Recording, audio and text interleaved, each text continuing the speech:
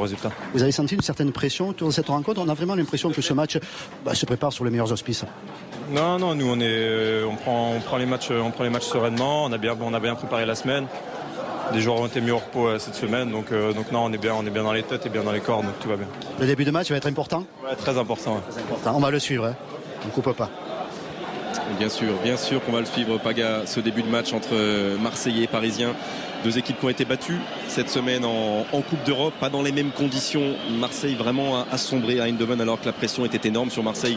C'était un dernier espoir pour ces Marseillais peut-être de se qualifier pour les huitièmes de finale, alors que les Parisiens, il y a eu un choix qui a été fait par Le Guen, priorité au championnat avec une équipe B à Schalke. Oui, voilà, la priorité de Paul Le Guen, c'est le championnat. Il veut impérativement que son équipe reste dans la première partie de notre championnat. Il a fait un choix. Ce choix n'a pas été gagnant puisque Schalke a battu le Paris Saint-Germain 3-1. Mais il a permis à certains joueurs de se reposer qui seront titulaires tout à l'heure. La sortie des Parisiens et des Marseillais sur la pelouse du Stade Vélodrome pour ce 59e classique de l'histoire. Dernier match de la 10e journée.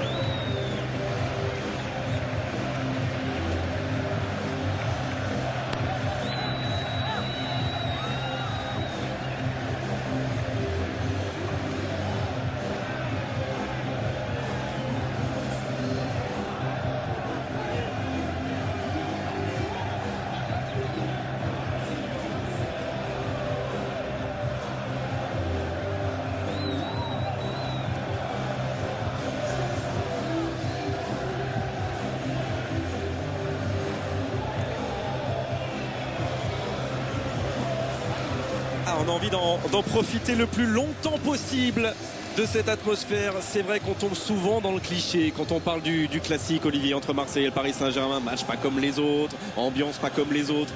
Et déjà les tifos ne sont pas comme les autres dans les deux virages du Stade Vélodrome. La lumière presque n'est pas comme les autres, la tribune officielle n'est pas comme les autres ce soir, comme d'habitude, avec, on l'a vu, des stars. Certes, on a vu Franck Ribéry qui est là.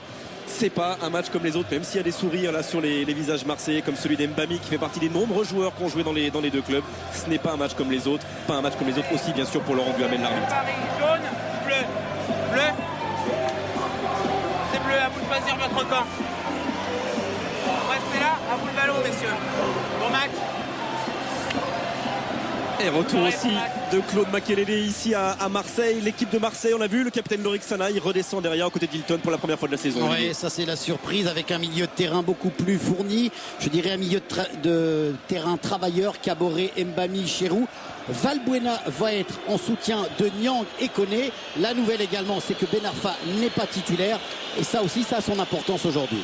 Alors que côté Paul Le Guen, 4-3-3 a priori. On va voir la disposition. Mais a priori, Makélélé devant une défense classique avec Bourillon et Camara. Ouais. Et devant, on retrouvera Pancrate sur le côté droit. Oui, absolument. Avec des titulaires qui n'étaient pas titulaires donc jeudi face à Schalke.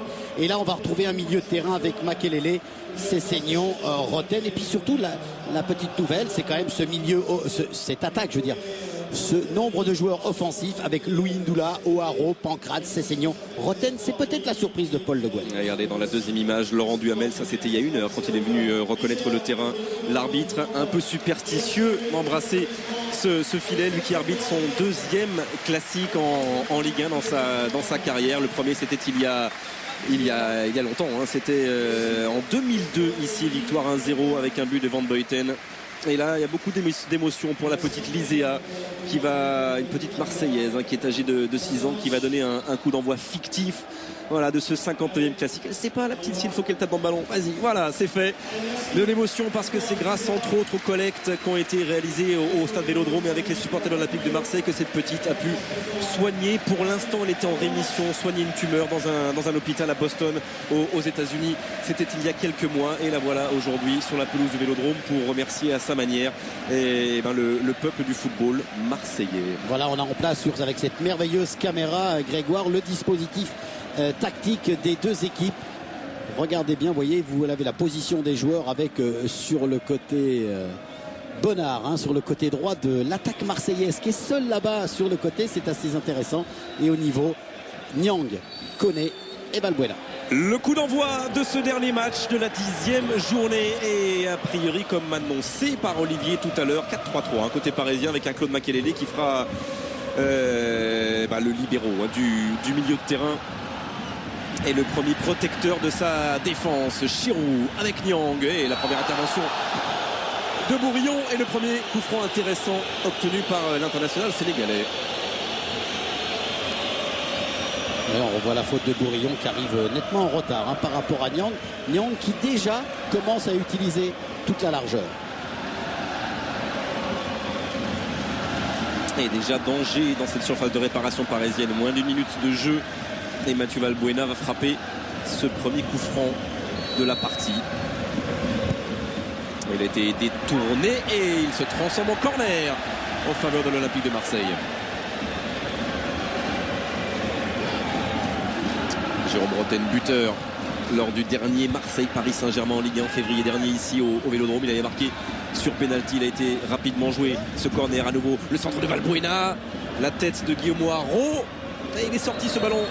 Un autre corner, un deuxième pour l'Olympique de Marseille.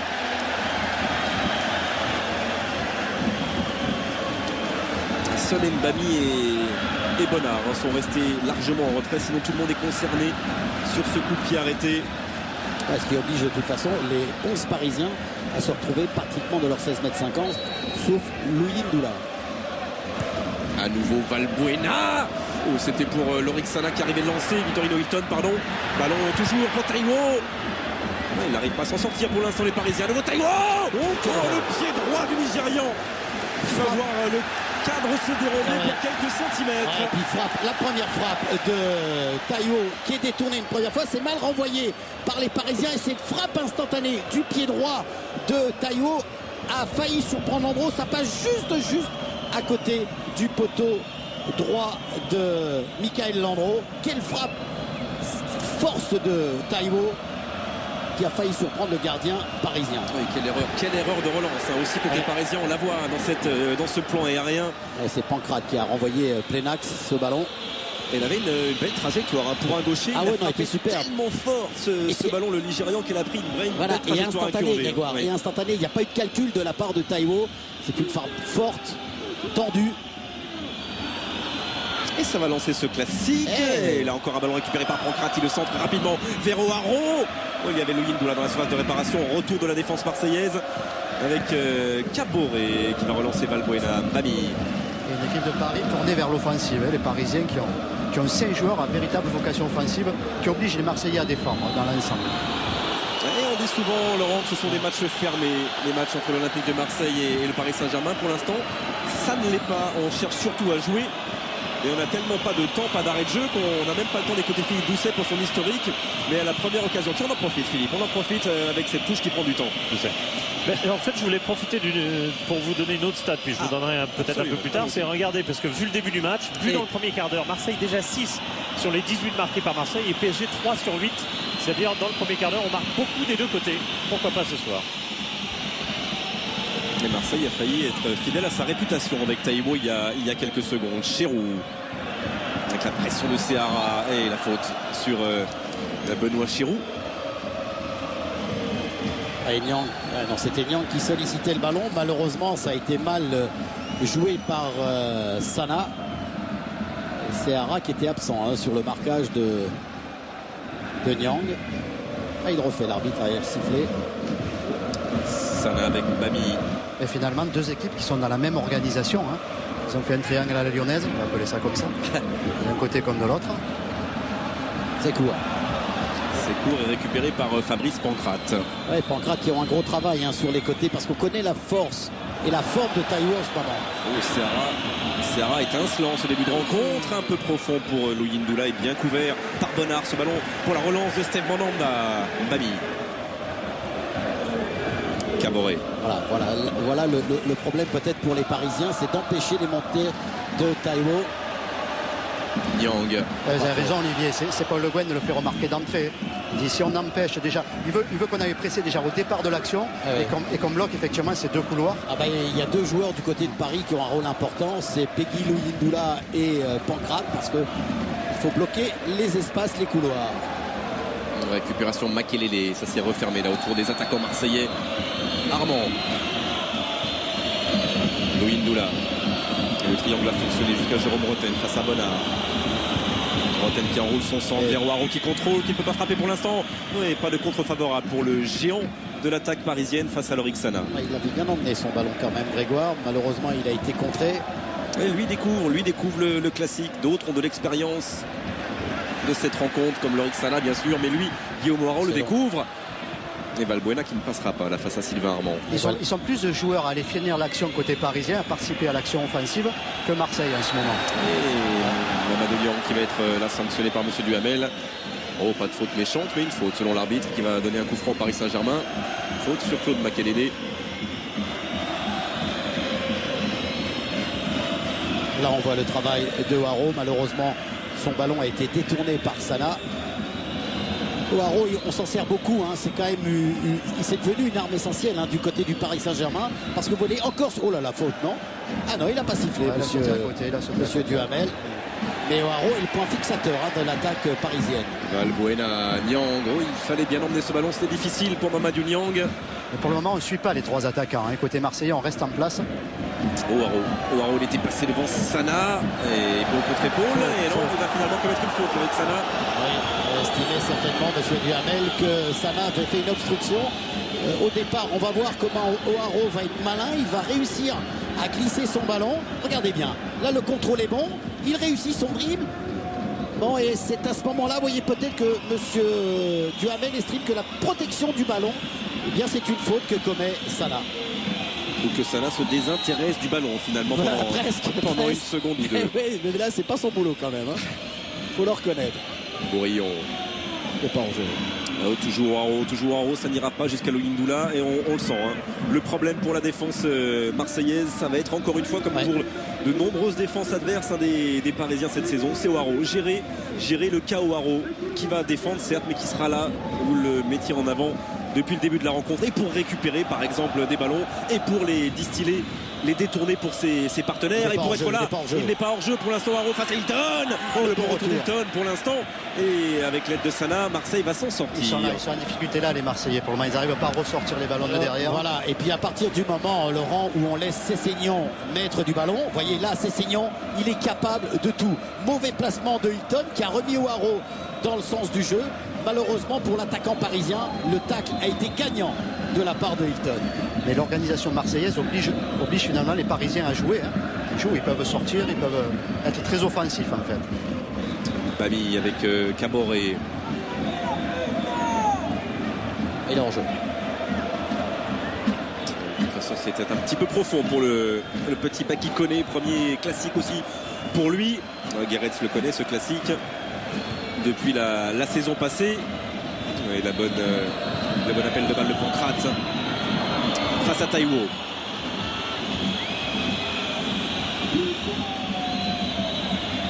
Et avec ses saignons, ça avait encore fonctionné. Le premier corner pour le Paris Saint-Germain. La force, Grégoire, de Sessegnon. Vous avez vu la capacité d'accélération, comment il va déposer son premier adversaire. Et il a fallu un deuxième Marseillais pour contrer Sessegnon. Il a une rapidité d'exécution de gestes, Sessegnon, qui est assez impressionnant.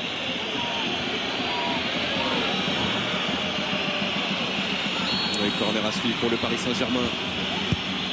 Frappé par Jérôme Roten, il était bien frappé. Il était bien frappé. Et Guillaume Waro vient donner l'avantage au Paris Saint-Germain. Oh, c'était peut-être le joueur symbole de ce début de rencontre, Olivier.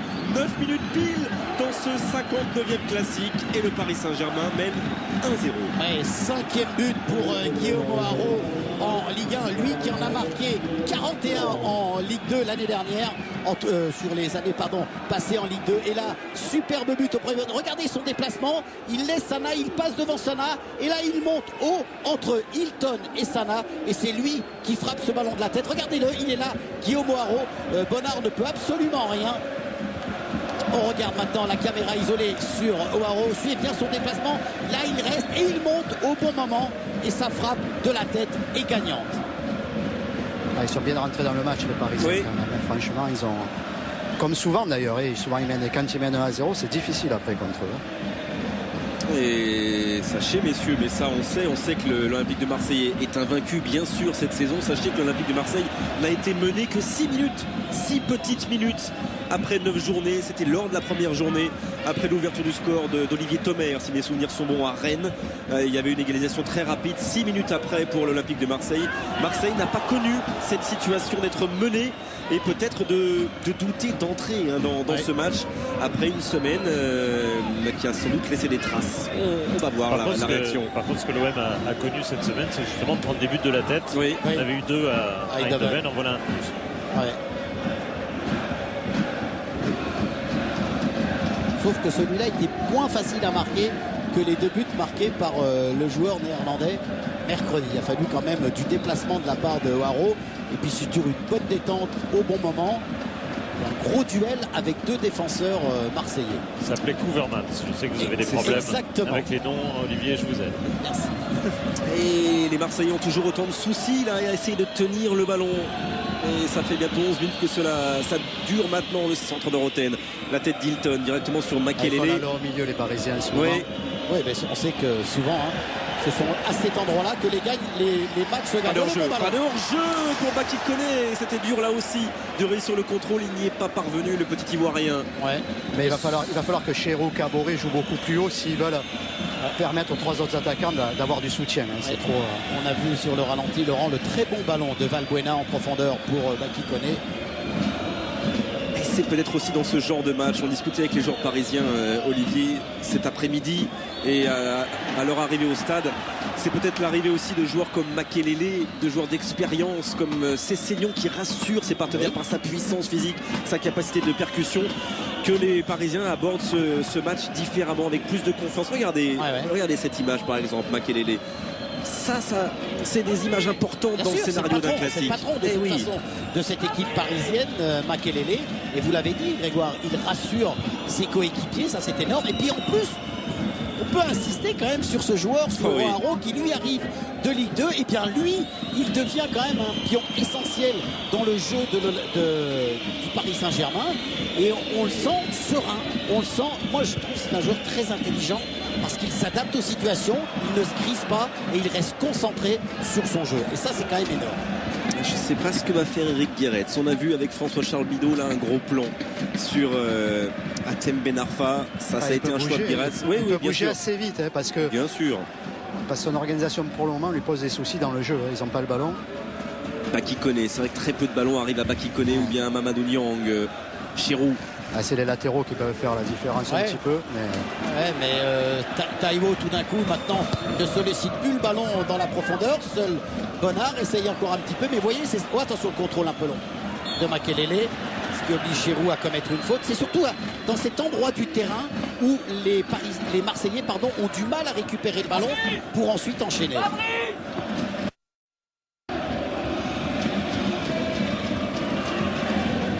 Ensuite Camara pour ce coup franc. Cherchouaro trouve la tête de Lorik Sana. Chirou s'est bien battu. Chirou qui conserve ce ballon. Il a résisté à Cessignon, résisté à Roten et il a trouvé Caboret. Valbuena. Pas de faute dit Paul Le Guen depuis le banc parisien. Bien défendu par Sylvain Armand, malheureusement. Il y a un bon remplacement. Les Parisiens sont dans leur match. Il n'y a pas de problème. Là pour le moment. Et le scénario, la réussite pour l'instant leur sourit dans ce premier quart d'heure et ça leur permet aussi bien sûr dans les têtes d'être encore plus présents et de donner un peu plus comme le fait Seara sur ce côté droit face à Mamadou Niang qui est bien redescendu pour défendre. C'est Niang sur la tête de Bonnard. Et il avait vu l'appel de Roten complètement sur le côté gauche. Caboret ne l'avait pas suivi. Valbuena avec Caboret. Mais c'est là où les enchaînements sont un peu plus compliqués. Et il demande que le 1-2 se poursuive. Caboret contre favorable. Le nouveau Valbuena. Pas de hors-jeu pour Valbuena qui a concentré second poteau. Il n'y a pas de coéquipier. Voilà Grégoire, c'est exactement du jeu. Donc ce qui manque à l'heure actuelle pour l'Olympique de Marseille, c'est l'apport d'un joueur comme Ben Arfa qui aurait été beaucoup plus près de la surface de réparation. On sent Caboret gêné sur le côté droit parce que ce n'est pas un joueur fait pour aller déborder. Donc le jeu marseillais est hésitant. Il n'y a pas suffisamment de soutien pour le moment dans leur jeu. Et la rouille, c'est déjà arrivé que des entraîneurs, au bout d'un quart d'heure, 10 minutes, ils fassent un changement. Bien sûr, c'est arrivé. c'est arrivé, d'accord. Et c'est arrivé aussi, Laurent, que Philippe nous parle de l'historique au bout de 15 minutes. Mais ça peut changer, justement, on n'est pas dans... Oui, mais c'est pas inintéressant de rappeler que le Paris Saint-Germain n'a gagné que 4 fois ici dans son histoire. On peut peut-être le mettre à l'écran, voilà. 4 seulement, 18 victoires, évidemment, large majorité pour l'OM, mais 4 seulement ici. Et la dernière, c'était évidemment l'année Ronaldinho, vous vous en souvenez, en 2003. Oh, qui connaît la sortie de Mickaël Landreau face à l'Ivoirien. Il y a une superbe anticipation de Landreau, Grégoire, sur cette action, parce qu'il a vraiment senti le coup en beau moment. Et à nouveau une tête de Bourillon. Yang, et ça sortait face à lui. Là, il est allé dessus. Là, il est allé dessus sur le ballon. On verra tout à l'heure s'il y a eu une main, mais il est allé sur le ballon, le pied en avant. Mbami. Voilà la première situation, deuxième, on s'en souvient aussi avec la frappe dès la deuxième minute de Taïwo, la deuxième situation chaude vraiment pour la défense parisienne. Et pendant qu'on voyait avec Philippe l'historique de ce classique, rappelez quand même cette série de 7 matchs de Ligue 1 en Ligue 1 sans défaite pour Marseille en cours contre le Paris Saint-Germain. La dernière défaite c'était en finale de Coupe de France en 2006, la dernière victoire du Paris Saint-Germain face à Marseille. C'est Seignon, où il y a de l'espace, il y a de l'espace là pour Pancrate face à Hilton. On connaît la vitesse de Fabrice Pancrate, sa confiance maintenant. C'est lui qui avait égalisé pour le Paris Saint-Germain face à Lorient le week-end dernier. Mais il y avait peut-être quelque chose à jouer plus rapidement. Là, on va revoir sur Camara. Mais bon, ça c'est difficile pour Monsieur Duhamel de siffler penalty sur ce ballon contré par Camara. Alors là, on voit la sortie de Landreau. Et là, il a bien anticipé, Mickaël Landreau. Il a sorti le ballon des pieds. Il a tout de suite vu l'appel en profondeur de Koné. Ils sont embêtés dans ces appels de Koné, des joueurs qui partent dans le dos, dans les intervalles comme ça. Les Parisiens, ils ne prennent pas au départ, donc ça part dans le dos à chaque fois. Et là, Paul Le Guen est en train de leur expliquer. Voilà.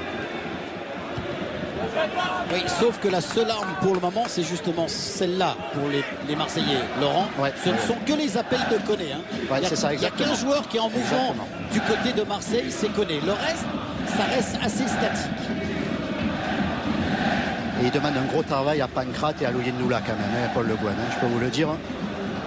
Il va être autant arrière, latéral. Voilà, et là il demande, ça n'a pas été fait sur le coup. Voilà ce centre avec Benoît Chirou qui se précipite et Makelele bien placé qui va pouvoir relancer Cessignon. Ou s'il passe Cessignon, il peut y avoir danger face à Mbami. Avec l'appel de balle de Louyendoula. Trop court et encore belle défense de Hilton. Mais tout ballon perdu est une opportunité pour les Parisiens. Hilton qui a bien senti l'appel de balle et avec beaucoup d'intelligence, il a su capter. Benoît Chirou qui attend du mouvement, qui attend un appel de balle, l'appui sur Baki Koné, Caboret maintenant. Allez, le jeune Burkinabé qui va décaler Bonnard. Le Vélodrome qui pousse à nouveau après avoir été un petit peu KO. KO debout les supporters de Marseille après l'ouverture du score parisienne. Et cette frappe de Baki Koné sans danger pour Landreau. On revoit le but de O'Haro sur ce corner avec le bon coup de tête, vraiment au bon moment. Regardez-le, il est entre les deux défenseurs, O'Haro, et son coup de tête est gagnant. Vraiment bien, vraiment ce garçon. Joueur qui a énormément de possibilités, un potentiel énorme. Joueur qui n'a pas fini, à mon sens, de nous surprendre. Et puis ce qui est bien, c'est la sérénité que dégage le Réunionnais dans son regard. Effectivement, il a... En se souvient au mois d'août, il marquait pas beaucoup de buts, il avait pas beaucoup de réussite, il avait beaucoup d'occasions. Et attention à Louyendoula, la frappe de Louyendoula. Elle a été détournée, elle va fuir le cadre encore pour quelques centimètres. Et le travail de O'Haro, alors j'insiste, on va trouver peut-être que... Mais regardez, contrôle de la poitrine, il arrive à garder son ballon, petite talonnade, il donne le ballon à Louyendoula. Ensuite, il vient toujours accompagner, ce qui permet à Louyendoula de pouvoir frapper son ballon détourné par Sana. C'est énorme ce que fait O'Haro. On va dire qu'en arrivant tout à l'heure au stade, Guillaume O'Haro qui découvre le Vélodrome, parce que voilà, c'est son premier classique, il a fait se tromper de vestiaire, il allait tout droit et il manquait le vestiaire parisien. Attention, danger encore une fois, et la bonne prise de balle de Steve Mandanda qui vient un peu rassurer cette défense qui est sous pression bien sûr depuis l'ouverture du score d'O'Haro. Baki Koné. Il a laissé passer le ballon encore une fois. Là, c'est Hara intelligent qui a bien accompagné le joueur marseillais pour lui subtiliser le ballon. Mais pour l'instant, c'est bien la meilleure défense de Ligue 1 qui prend le pas sur la meilleure attaque. Cette attaque encore, on n'a pas vraiment vu l'attaque marseillaise. Peut-être là avec Valbuena, Caboret. Et Armand face à lui va concéder la touche. Moi, ce qui me surprend, c'est Caboret. Vous voyez, je trouve qu'il se retrouve dans des situations peu habituelles pour lui. Et il a un petit peu de mal à sortir ce ballon. Il va le centrer sans contrôle. Il ne se fait pas parler. Il ne se sont pas parlé. Et l'égalisation, Mamadou Niang, 21e minute, un partout entre Marseille et le Paris Saint-Germain. Quel est le joueur qui l'a dévié? Un joueur qui l'a dévié, c'est ça? Oui, c'est Bourillon, je crois. Ah, c'est bon. La faute, l'incompréhension entre le défenseur et son gardien. Alors je ne sais pas si Mickaël Landreau a crié laisse. En tout cas, Niang, lui, a profité de cette déviation, me semble-t-il, là-bas sous le poteau. C'est Bourillon. C'est Bourillon qui le touche et qui lobe son propre gardien. Et Seara, il est dessus, Mickaël Landreau. Et Niang est à point nommé pour reprendre le ballon et le glisser dans le but vide. Ah, c'est incompréhension, c'est terrible. Je ne sais pas s'il a parlé, Mickaël Landreau. Bien sûr, nous, on ne l'a pas entendu. On voit la désolation de Paul Le Guen. Ah oui, parce que là, c'est un but très bête. Très bête. Je pense qu'il lui a dit là. Ouais, certainement, mais il est parti dans son geste. Sur les ralentis de François Charles, a priori, il a parlé. Il a parlé, l'ancien gardien de l'équipe de France. Il a parlé. Et ça relance ce classique. C'est bien pour le suspense, bien pour le spectacle sans doute. Et on va le demander à Athènes. Oui. Il y a Athènes qui est là. Athènes, c'était important de revenir dans ce match. Paris était bien rentré dans ce match. Et même il le dominait presque à la limite de marquer 2-0. Ce 1-1 fait du bien. Ouais, c'est vraiment très important de marquer là dans la foulée parce que ils ont eu une action pour marquer le deuxième but. Ça aurait été très difficile pour nous pour revenir. Mais là, on a marqué et je pense qu'on va mieux jouer. On va plus se libérer. Et c'est bien pour la suite du match. Ouais, c'est difficile de jouer comme cette équipe de Paris qui récupère beaucoup de ballons, qui sort bien offensivement aussi. Non, vraiment, ils sont bien en place déjà.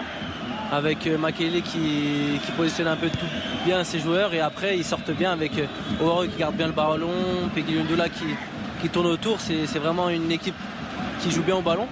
Et maintenant, voilà, c'est à nous de faire notre jeu maintenant qu'on a égalisé pour essayer de marquer ce deuxième but. Ok, merci.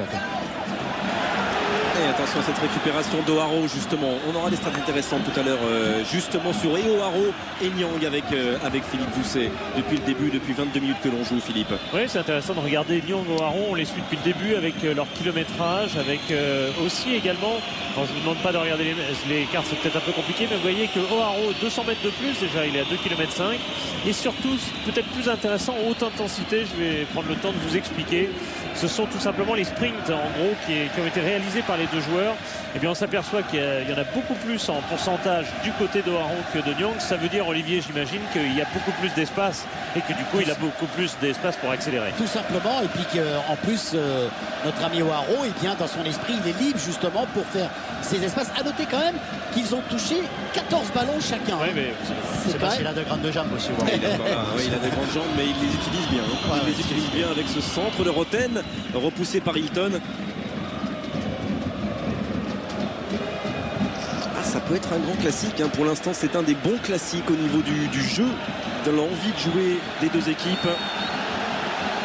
Et cette égalisation de Mamadou Niang, ce 4e but cette saison pour le Sénégalais, redonne un petit peu de suspense et de bonne tension à ce 59e classique de l'histoire. Coup franc à suivre pour Jérôme Roten.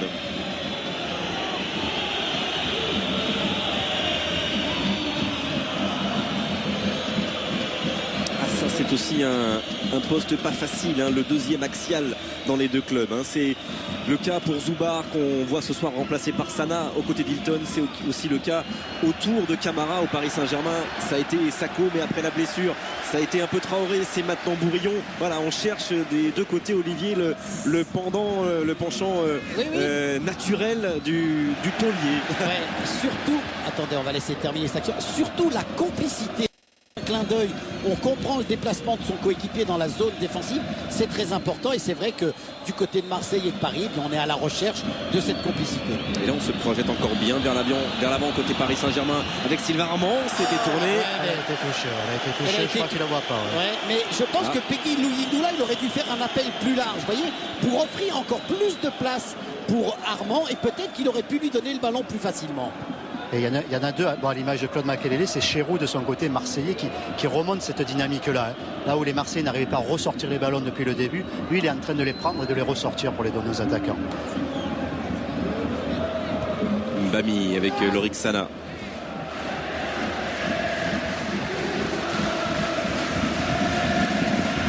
On va essayer d'un contrôle de réaliser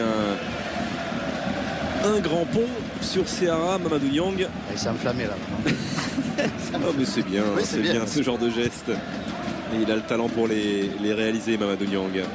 Roten. Et récupération de Bami, ça s'est équilibré en milieu de terrain. Ouais. Hein. Certes, l'égalisation y est pour beaucoup dans les têtes des uns et des autres, mais ça s'est équilibré. Chirou avec Baki Koné. Paris est descendu un petit peu Oui. dans son jeu. Hein. Je ne sais pas si c'est Marseille qui est sorti un peu plus haut ou le contraire. Mais... C'est les deux combinés, je crois. Ouais. Laurent. Un ballon perdu par Bonnard et redescendu très bas. C'est Louis Ndoula qui récupère et qui s'impose là face à l'ancien Manceau. Et qui vient provoquer la faute de Caboret. Mais c'est surtout l'équipe qui psychologiquement domine l'autre qui oblige la deuxième à reculer, Grégoire. C'est ça qui est important. Donc c'est vrai qu'on est dans une phase, bon peut-être un peu moins maintenant, mais dans une phase où les Marseillais sont beaucoup plus des dominateurs au milieu de terrain. Donc presque naturellement, les Parisiens reculent. 27e minute. Coup franc à suivre pour Roten. Il fallait bien lire la trajectoire. Il l'a parfaitement fait, Steve Mandanda. Puis Marseille peut ressortir les ballons comme ça. Ils ne pouvaient pas en première. Ils étaient assez pressés. C'est là que les Parisiens ont modifié un petit peu. Ils ne vont plus chercher de faire reculer. Et O'Haro, il connaît bien Mandanda. Hein. Tous les deux formés au Havre. Partageaient même leur chambre en déplacement. Valbuena. Oh, il était presque dans la position Liverpool il y a un an. Ouais, avec un peu de réussite hein, quand même. La remise de Niang qui a été contrée. C'est revenu dans les pieds de Valbuena. Et ça va être contré à ce moment-là. Et Valbuena n'a pas suffisamment assuré sa frappe. Peut-être a-t-il glissé. Non, son pied d'appui est bien en place. Malheureusement, sa frappe n'est pas cadrée. Caboret. Oui, il pousse ce ballon un petit peu loin devant Makélélé au sol. Caboret a mis la santé. Oui, il a mis la santé. Pied en avant. Mauvais contrôle, vous l'avez signalé, Grégoire. Et ensuite, le pied en avant. Certes, c'est sur le ballon, mais l'adversaire, notamment Makélélé, a eu peur sur ce pied en avant. Regardez, c'est net. Et ça termine quand même. Sur le ballon. Ça termine sur le pied de Makélélé. Donc, M. Duhamel a bien fait de siffler. Et Claude qui est obligé de jouer bas hein, parce qu'il joue presque à 3 actions sur les actions offensives, les Marseillais. Les Valbuena, Niang et Koné. Sylvain Armand. On essaie d'utiliser comme souvent toute la largeur du terrain, la bonne présence marseillaise. Il est resté sur l'action, Monsieur Duhamel, sur l'intervention de Caboret. Il y en a un qui a pris une semelle là aussi. Voilà, et on va mettre ce ballon en touche pour s'occuper de Sylvain Armand.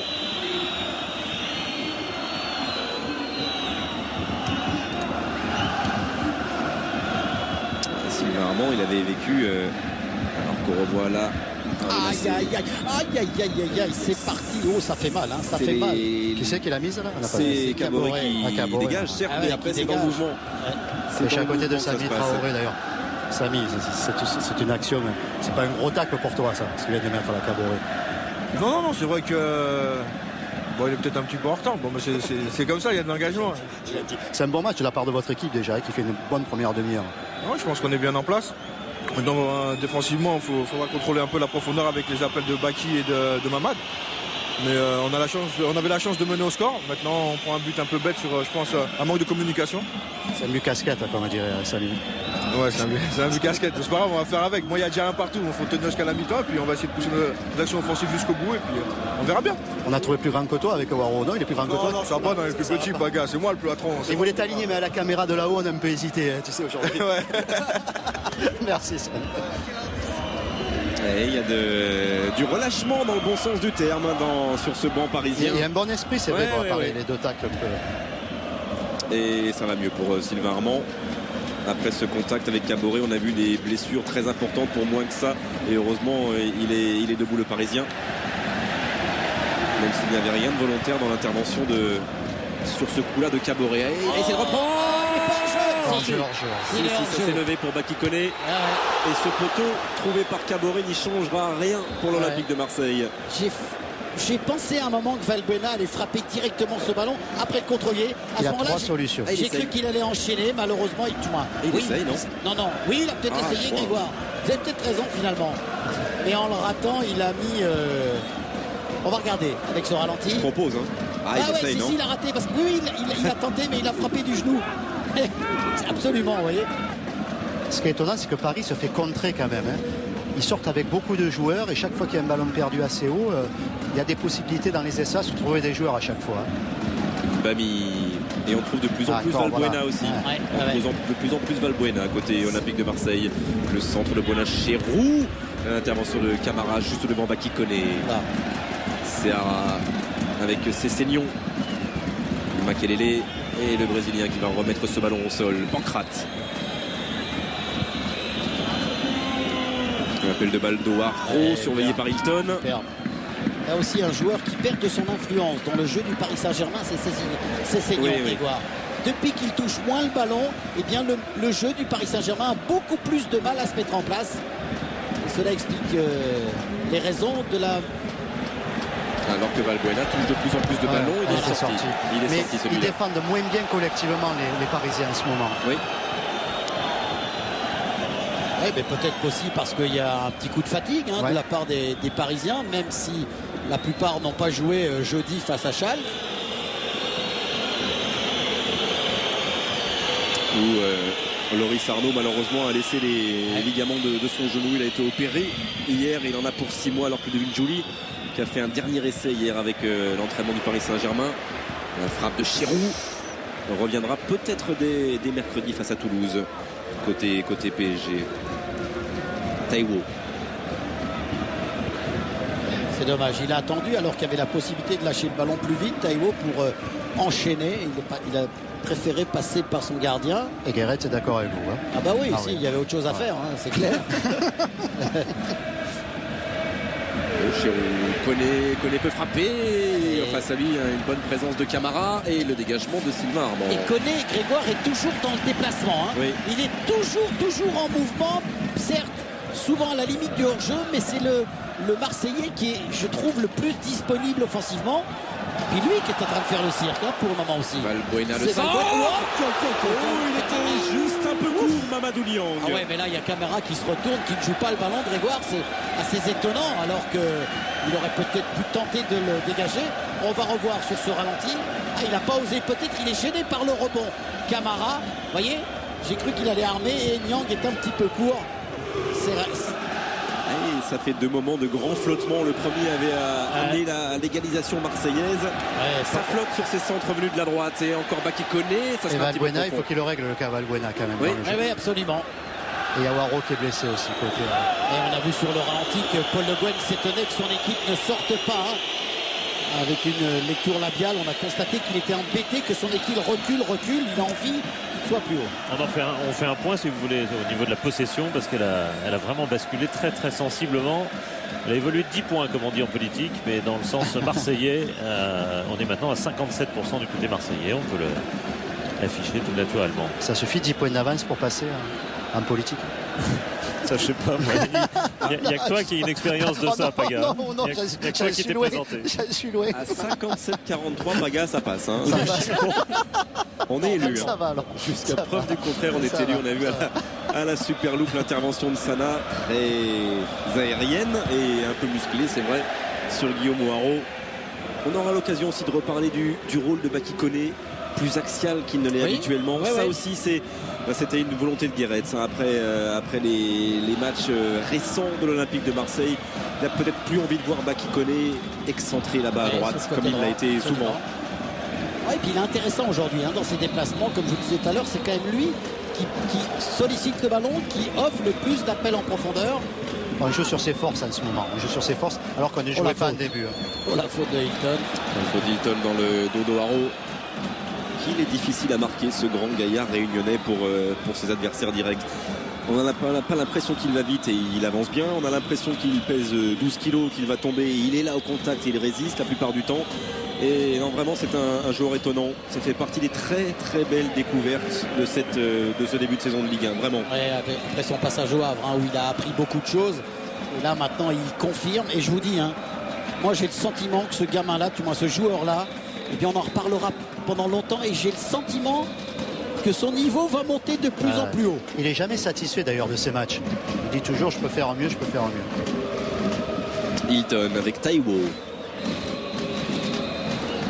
Il laisse se construire Marseille, les Parisiens au milieu de terrain. Et parce que les Marseillais, Laurent, sont beaucoup plus disponibles qu'en début de match. Vous voyez un joueur comme Mbami, tout à l'heure, il ne courait pas autant pour se libérer du marquage, pour à chaque fois proposer une solution. Et hop, ça permet de libérer Chirou. Oh, il a hésité à frapper, il va préférer centrer. Et la tête de Sylvain Armand, Seara au point de chute, repris encore une fois par Benoît Chirou. Il a été un petit peu court face à Pancrate. Le ballon va rester marseillais avec Bami.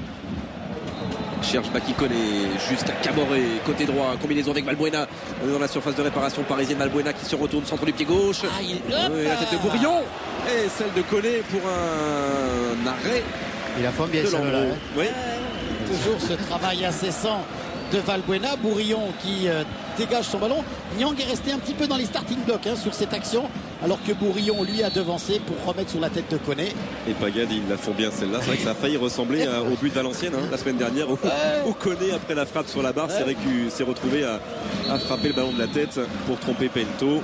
Il y a Pires qui a marqué un but à peu près de ce style-là mercredi avec Villarreal en Champions League. Il s'est retrouvé à point nommé pour reprendre un ballon facile. Et s'il recommence à marquer, Robert, il va être sélectionné avec l'équipe de France.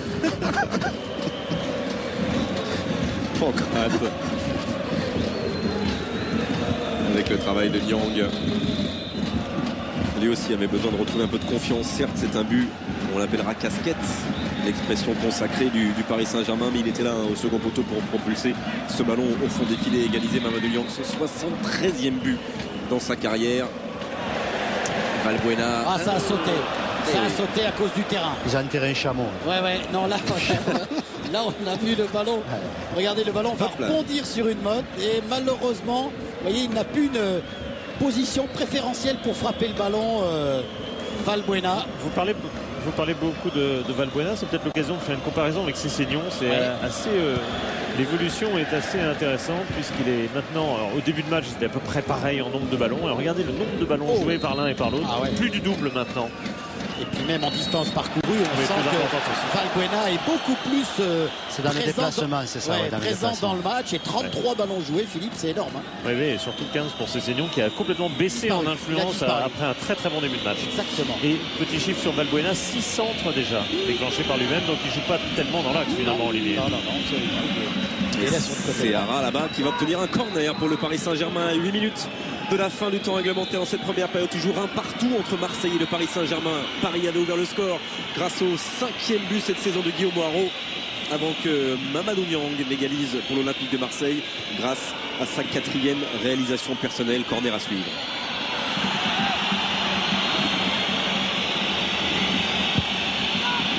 Sorti par Mamadou Niang au premier poteau. Et c'est vrai, ça ressemble aussi un peu à ce qui s'était passé à Nancy pour le Paris Saint-Germain, qui avait très très bien débuté le match avant de baisser de pied, alors que Cessignon avait bien repris en seconde mi-temps ensuite. Voilà, ça dépend aussi du rayonnement de chacun des joueurs parisiens. Et surtout des joueurs importants. Valbuena l'est actuellement pour l'animation marseillaise. Oh, il n'est pas tombé dans la feinte. Mickaël Landreau, il se couche bien. Ils ont ce souci, Paul Le Guen s'en rend compte, on trouve facilement de derrière maintenant un joueur dans l'axe du terrain, en plus qui est libre à chaque fois du côté marseillais. Grégoire, vous disiez que l'OM n'avait été mené que 6 minutes cette saison. Et là, avec les 11 supplémentaires, on est finalement qu'à 17. C'est ça. On en a rajouté 17. Mais l'OM n'est toujours pas leader. Oui. Non, pour autant.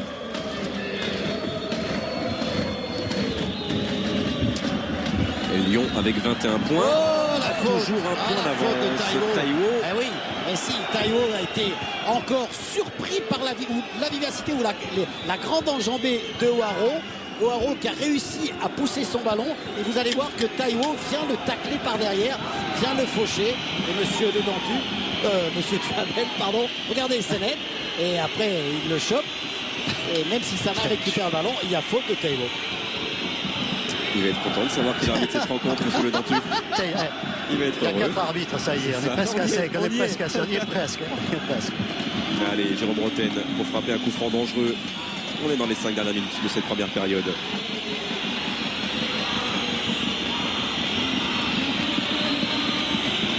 Avec Camara et bien sûr O'Haraud qui est là, qui va couper au point de pénalty. Oui, il y avait c'était bien sûr, hein. Aussi Pancrate.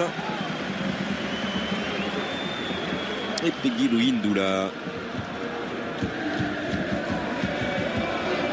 En fait, c'est O'Haraud qui doit toucher le dernier. Peut-être on va mieux le revoir. Pancrate va laisser passer entre les jambes. Non. Ah non, finalement c'est Taiwo et c'était un corner.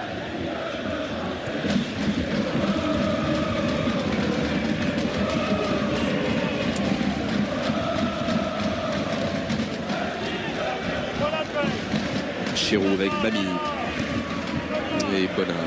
C'était pour Valbuena, récupération Sylvain Armand. Il va réussir à dégager et trouver Jérôme Roten. Le bon contrôle de Roten avec Louindoula. C'est Seignon, Makelele. À droite, il y a un petit peu d'espace pour Seara. C'est bien sorti, ça. Oui. Ça, c'est effectivement, Laurent, un très beau mouvement côté parisien et un bon tacle de Taiwo. Vitesse de Taiwo alors face à Seara et tacle gagnant parce c'était difficile hein, pour Taiwo. Il est pris entre les deux, mais là le tacle est absolument parfait. Et on sent qu'à nouveau ce match a pris une autre couleur en faveur du Paris Saint-Germain depuis quelques secondes avec cette frappe de Guillaume O'Haraud. On sait surtout que Paris a intérêt de jouer haut et plutôt que de reculer et de défendre très bas, c'est leur intérêt peut-être de continuer à jouer. Voilà, là ils reculent et laissent quand même. La récupération de Makelele intelligemment avec Louindoula. O'Haraud, ce sera trop profond, récupéré par Hilton. Sana, Valbuena, Bami, il en restera sans doute des occasions. La preuve avec ce mouvement triangle Valbuena, le contrôle de Baki Koné. C'était bien joué. De petit extérieur du pied. Encore une fois, hein, c'est le placement de Valbuena qui est en train de perturber les défenseurs parisiens et milieu de terrain. Regardez, contrôle et ballon en profondeur extérieure de la part de Koné. C'est bien joué, c'est bien joué. Il l'a même emmené. Peut-être qu'en l'emmenant, il s'est décalé un peu, Koné. Ensuite, il tente le coup du pied droit. C'est compliqué, peut-être que du pied gauche, cela aurait été plus facile. Mais en tout cas, c'est bien tenté par l'attaquant marseillais. Et ça va vite hein, quand on voit sur le plan large de François Charles l'appel de balle de Koné au moment, même avant que Valbuena ne déclenche son ouverture. Mais c'est ce qui fait que Valbuena a donné le ballon, parce qu'il a vu l'appel en profondeur de Koné. Seara. Pas de hors-jeu pour Seignon là-bas. Et ça ne passe pas face à Taiwo. Et derrière la faute de l'ancien Manceau. Et on sentait, Grégoire, hein, que Valbuena était impatient de faire vibrer à nouveau le Vélodrome. Eh bien, il s'y emploie.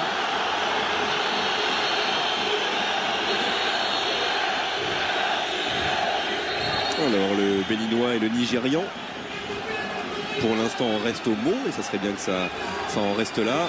C'est vrai que ça a été un peu musclé dans l'intervention de la part de Stéphane Sessegnon.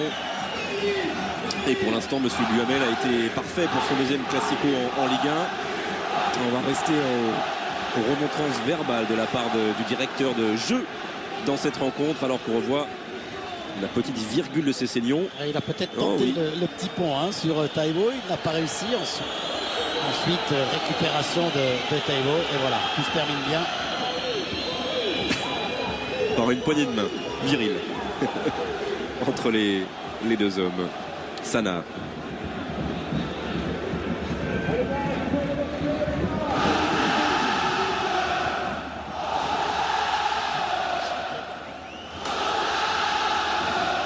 Pancrate. Alors que le Vélodrome chante pour les dernières secondes de cette première période.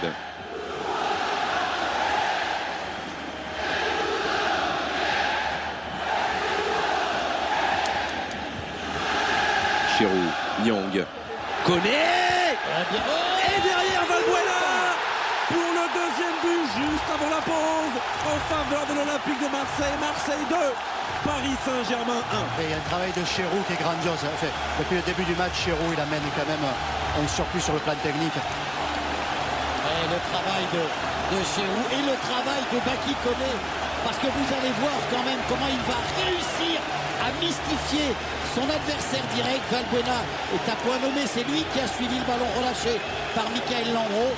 Quelle belle action marseillaise sur ce deuxième but.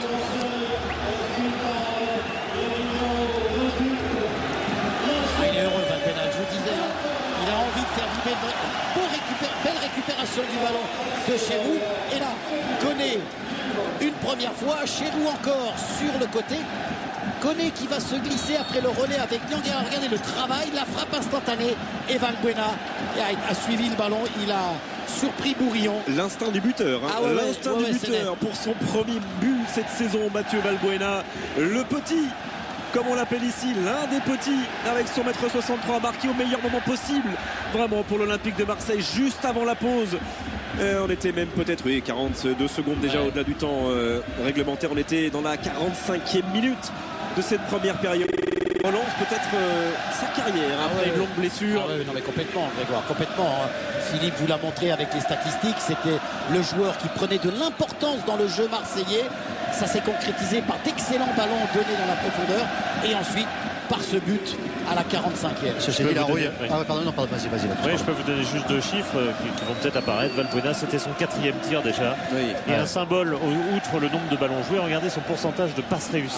80%, alors que bon, c'est quand même un joueur qui tente énormément de choses, c'est pas mal. Que de liberté la douce. Je trouve qu'il y a beaucoup de liberté sur Valbuena.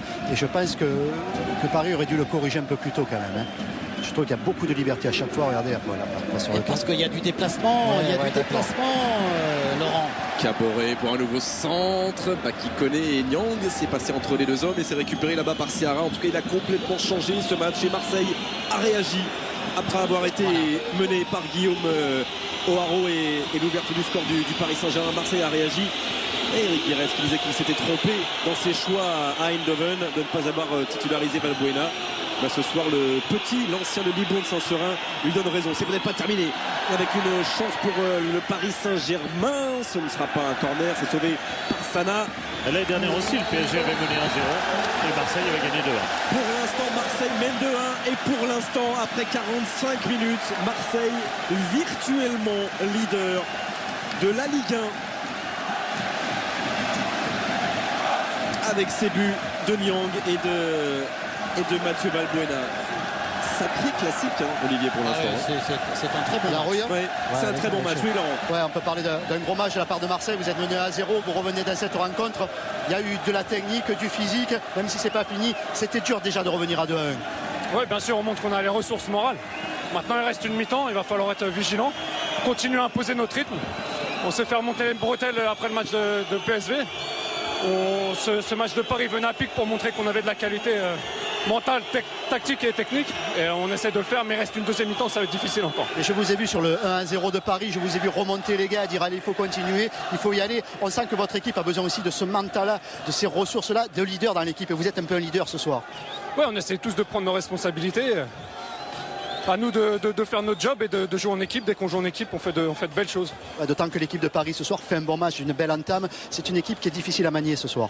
Oui, c'est sûr, ils sont très bien organisés, mais je pense que pour l'instant on fait ce qu'il faut. Il reste une mi-temps, ça va être encore difficile, mais il faut continuer. Ouais, c'est bien, tu as récupéré 2 minutes, tu le voulais. Ah, c'est bien en tout cas pour ce classique du championnat. Tiens, on va raccompagner un tout petit peu tous ces hommes vers le vestiaire et puis on va retrouver bien sûr le plateau d'Hervé Matou. On a besoin d'intensité, on a besoin de gestes techniques, on a besoin de buts dans un grand classique. Pour l'instant, Hervé, on a eu tout ça dans ces 45 premières minutes. Allez, regardez justement l'intensité, Hervé, de cette récupération de Benoît Chéron. Avec la super loupe de François-Charles Bidot. Regardez le... Sur notre plateau du Canal Football Club avec un public en transe. Je peux vous certifier que l'ambiance est absolument extraordinaire ici. C'est à la fois le stade Vélodrome, un petit peu le Parc des Princes également en fonction des occasions. On va revenir à Marseille ici, non On est à Marseille. Hein. Il y a un peu plus de Marseillais que de Parisiens. Pourtant, on est en région parisienne. Ça se sent. Mais il y a également des supporters du Paris Saint-Germain. Il y a des supporters du Paris Saint-Germain également. Bref, c'est tout. On va revenir sur cette première période en compagnie de nos experts, Didier Deschamps, notre arbitre Gilles Vessière, Giroud, Luis Fernandez, bien évidemment. Romain Delbello qui va nous montrer dans quelques instants les matchs qui se sont disputés cet après-midi. Il y a beaucoup de choses à dire parce que ça a été une excellente première période que ce Marseille à Paris Saint-Germain. Mais avant cela, on va faire une petite pause. On va faire retomber un petit peu la pression cinéma et on se retrouve juste après. Promis, on parle de foot évidemment. 30 secondes. Chaque vendredi à 20h50, le box-office fait son cinéma sur Canal+. Action. Regarde ce type. Il a été très riche et très dangereux. Pour lui, Gumanda est plus redoutable que jamais. Alain Corneau donne un deuxième souffle au roman de José Giovanni. On les esmet. Ils sont jaunes, ils sont moches, mais ils peuvent aussi faire du cinéma. Les Simpsons, le film. Pinesse des pinesse des pinesse. Écoutez le tic-tac de la trotteuse et dites-vous que chaque tic-tac vous rapproche de la mort. 88 minutes. Le compte à rebours commence pour Al Pacino. Enfonce-la, non? Enfonce-la. Univers parallèle pour Benoît Poelvoorde. Les deux mondes. Les incontournables du cinéma s'affichent chaque vendredi à 20h50 sur Canal+.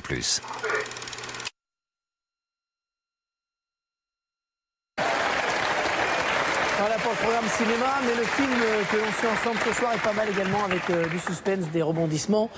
C'est de l'excellent cinéma footballistique également. Romain, avant de revenir sur ce Marseille-Paris Saint-Germain et sur les buts qui ont été marqués, un petit tour sur les deux autres rencontres de l'après-midi, avec notamment le derby entre Saint-Etienne et Grenoble. Oui, une proximité géographique, mais un vrai écart de génération. 24 ans de moyen d'âge pour Saint-Etienne contre 30 pour Grenoble. Et bien, le chaudron va inspirer les plus vieux, c'est-à-dire Grenoble. Dès la 3e minute avec Courtois là, qui donne en profondeur pour Moreira. On croit que c'est un peu long. Et bien non, Daniel Moreira redresse et Benalouane ne peut qu'accompagner le ballon dans son but. Et Didier, regardez le geste de Tavlaridis là dans la défense centrale Saint-Etienne. Il y a mésentente avec le gardien. Qui a tort? C'est difficile. Je pense que le défenseur attend de voir son gardien plus haut et sortir. Et je pense que le gardien stéphanois a hésité, il a peut-être mal lu la trajectoire, donc certainement que le gardien devait être un peu plus haut vu que la défense était en train de monter. Saint-Etienne piégé donc, et qui va tenter de réagir avec cette belle combinaison. On conclut par le tir de Gomis en pivot, repoussé par Vimbé, 1-0 à la mi-temps. Mecha Bazdarevic, l'entraîneur de Grenoble, est en train de réussir son coup.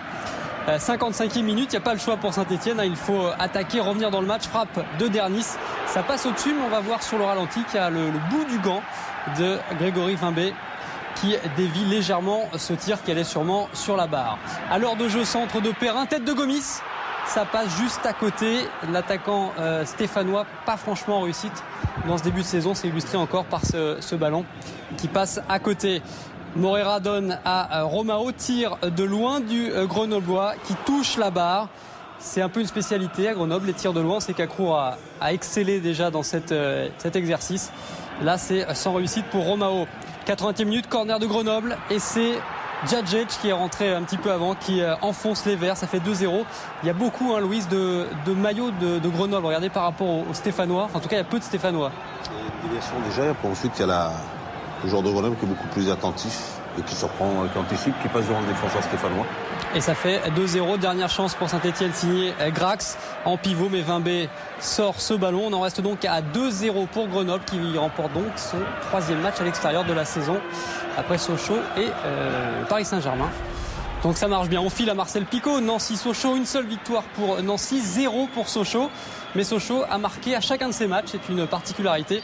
Et ça ne va pas tarder à se confirmer. Gilles, sur cette action, éclairez-nous parce qu'il y a vraiment faute. Il ne faut pas regarder en bas, il faut regarder là-haut. Et il faut voir le tirage du bras, voilà, et du maillot qu'a signalé l'arbitre. Et puis il va avoir un body langage qui va permettre de bien voir que ce qui va signaler. Body langage. Ouais, voilà. D'accord, langage corporel. Qui a signifié qu'il y avait eu un tenu et non pas un tacle illicite, monsieur Deschamps. Body langage. Les Reds ont réussi enfin à mettre fin à cette série incroyable d'invincibilité à domicile des Blues. 86 matchs, rendez-vous compte. Alors vous avez la réponse à 23h avec Darren Tulette et avec nos envoyés spéciaux à Londres. Je voulais vous dire également que la semaine dernière, on avait offert aux abonnés un but d'un ancien Marseillais. C'est un deuxième petit cadeau. Il est signé Djibril Cissé, vous l'avez évidemment reconnu. C'était hier après-midi avec la pirouette qui va avec et les bas qui sont rouges et qu'on ne confond avec aucune autre chaussure. Voilà, Djibril Cissé et son équipe qui l'a emporté 2-1 hier. Et puis je voudrais juste vous donner un petit conseil avant de terminer. Juste après votre grand match entre Marseille et le Paris Saint-Germain, ne manquez pas un autre grand match de football. Villarreal, Atlético Madrid. Je vous dis que ça. À tout à l'heure, 23h. À tout à l'heure, Nathalie, on y sera. On va revenir donc sur cette première période entre le Marseille et le Paris Saint-Germain. 3 buts marqués, ce qui est beaucoup pour un match aussi important. Faut-il sortir ou ne pas sortir? C'est les questions que certains se posent le samedi soir et les gardiens se posent les jours de match. Les jours de match peut sortir, surtout les gardiens de but. Alors justement, on va regarder. Les veilles de match, faut pas sortir. Alors les veilles de match, faut pas sortir, mais sur les matchs, on peut se demander parfois s'il le faut ou pas. On va regarder ensemble, vous allez me dire ce que vous en pensez. Sur ce corner, le ballon arrive dans les 6 mètres. Est-ce que Steve Mandanda aurait pu sortir, Louis? Il y a des gardiens qui sortent, des gardiens qui ne sortent pas. Mais quand on connaît un peu cette présence athlétique, ce gabarit que représente Steve, je pense que dans les 6 mètres, un gardien doit avoir une certaine autorité, il doit s'imposer. Alors c'est vrai que là il y a des duels, c'est vrai qu'il y a des attaquants avec il y a trop de monde, mais bon, c'est dans les 6 mètres, c'est un endroit où normalement le gardien est quand même... Vous pensez qu'il y a trop de monde? Moi, le principe est simple, s'il y a une lutte, on reste sur la ligne. Si le ballon arrive et qu'il n'y a pas de lutte, il faut y aller. Alors justement, Guy, il mettait des cordes derrière pour pas qu'ils sortent à ses gardiens. Et le défenseur n'avait pas le droit de donner le ballon au gardien et le gardien n'avait pas le droit de sortir. Il a fait quand même le geste de sortir, Steve. Il est quand même venu, il a anticipé, ensuite il a fait un pas en arrière. Sa décision de départ, c'était de sortir. Il la met dans la lutte. Mais elle est parfaitement bien mise. C'était difficile, c'était très tendu, premier poteau. Mais justement, pour revenir sur ce que disait à l'instant Guy, lorsqu'il y a lutte, on ne sort pas.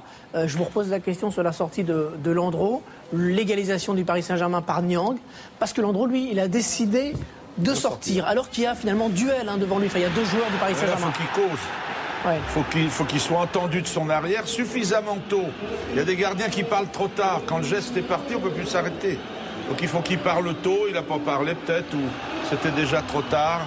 Il était trop court. Il voit quand même, il prend l'information, il voit quand même qu'il y a un centre, il y a quand même ces 2 défenseurs qui vont être là au duel sur le plan aérien. C'est-à-dire que sa sortie est un peu hasardeuse, on va dire. Ouais.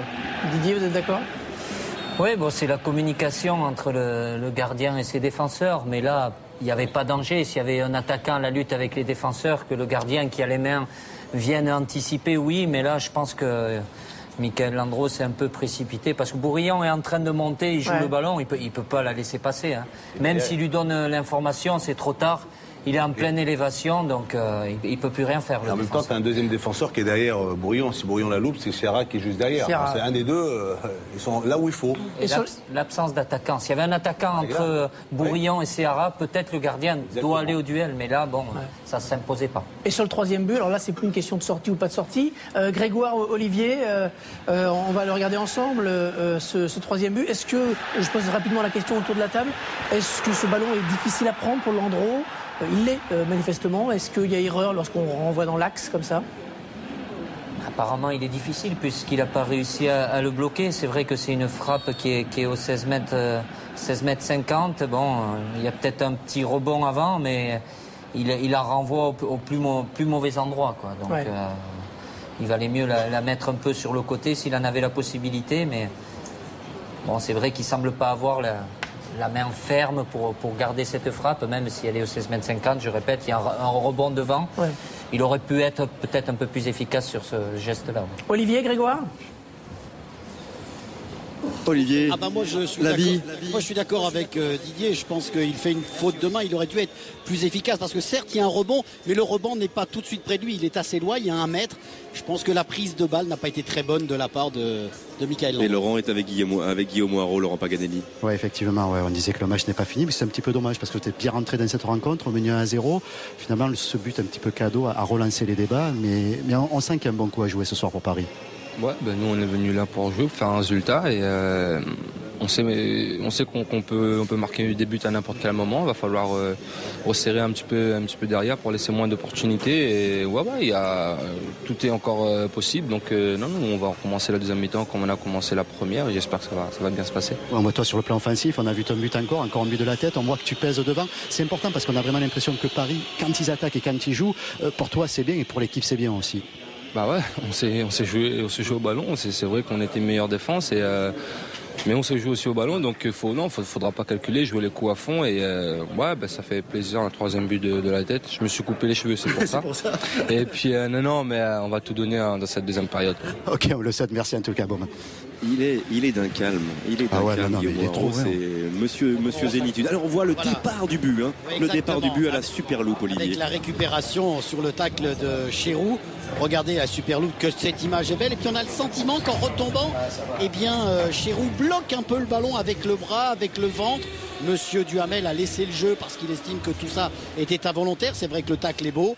Chérou se relève le premier. Et regardez comme ces images sont belles. Et ensuite, c'est l'enchaînement sur Koné. Le ballon qui va revenir à Chérou. Le petit passage par Niang. Et là, on a le sentiment que le marquage, est un petit peu aléatoire.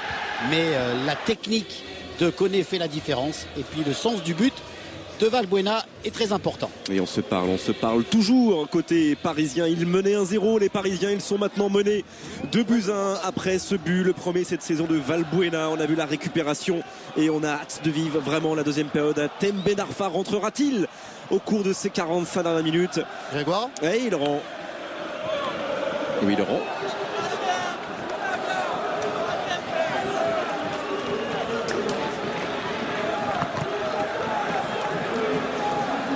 En attendant, Parisiens et Marseillais sont prêts au coup de sifflet de monsieur Duhamel. Il n'y a pas de changement, Olivier, ni côté parisien, ni côté marseillais. Tout le monde est là. À l'entame de cette seconde période. Là, tout le monde est là, il n'y a pas de souci. C'est Seignon au haro, côté parisien. Pour le coup d'envoi de cette seconde période du dernier match de la 10e journée. Pour l'instant, l'Olympique de Marseille est leader de cette Ligue 1, de ce classement de la Ligue 1. Pour l'instant. Ouais, pour laisser chaque côté de Zouba. C'est bien ce 2-1, c'est un bon match. Là, on a vu encore de l'engagement dans le match. On va pas se tromper de match. Zouba, c'est pas le moment de tomber dans ce match-là parce que c'est un bon match équilibré. C'était bien de revenir et de réussir surtout à mener au score. Maintenant, il y a encore 45 minutes qui vont être difficiles, je suppose, à gérer. Ouais, c'est clair. C'est que c'était pas évident puisqu'on est mal rentré dans le match en prenant ce but assez rapidement. Là, on a su bien réagir. Avec un peu de réussite, on égalise. Et après, on a posé le jeu. On les a fait courir. Et je pense que le deuxième but était mérité. Et 2-1 à la mi-temps, c'était largement mérité. Maintenant, c'est loin d'être fini. Il reste encore 45 minutes. Paris, forcément, ils vont pousser. Maintenant, il va falloir gérer le match. Et on aura des contres, il va falloir les exploiter à fond pour essayer de mettre ce troisième but. Voilà. Ok, c'est sympa, c'est bien. Là, on a plus le temps quand il remplace un candidat joueur, on ne peut jamais t'interviewer. Ouais, on a plus de temps là. Mais je profite pour passer un petit bonjour à la Guadeloupe, à toute la famille, à la famille Rabot et à toute ma famille qui est là-bas aussi. On a du temps, mais il ne faut pas exagérer non plus. Merci à toi. Je crois qu'il préférerait être sur le terrain en tout cas. Il préférerait être sur le terrain. On a vu Haro averti à l'instant par M. Duhamel. Il part là, Guillaume Haro avec un contre favorable, avec Loïc Doula derrière lui. La frappe contrée par la défense marseillaise. Cette deuxième période est partie sur des bonnes bases en termes d'intensité, Olivier, avec d'entrée aussi la réaction marseillaise qui connaît là-bas côté droit avec Valbuena. Et vous pouvez bien sûr donner une note à ce 59e classique de l'histoire entre les deux équipes. On va d'abord suivre cette frappe de Caboret et vous rappeler ensuite comment faire. Le faire par internet, www.noteligue1.fr et vous donnez une note à ce classique entre Marseille et le Paris Saint-Germain.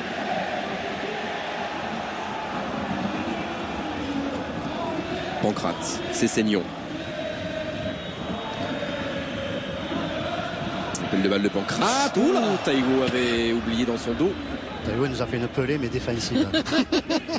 Non, mais là, il a été surpris. Il s'attendait peut-être pas à ce que Pancrate soit dans son dos. Regardez, il laisse carrément passer le ballon. Heureusement pour les Marseillais, ce ballon était un petit peu fort. Pancrate n'a pas pu l'utiliser. Attention à ces fautes de concentration, ça peut coûter très cher. Valbuena avec Chérou directement sur Bourillon.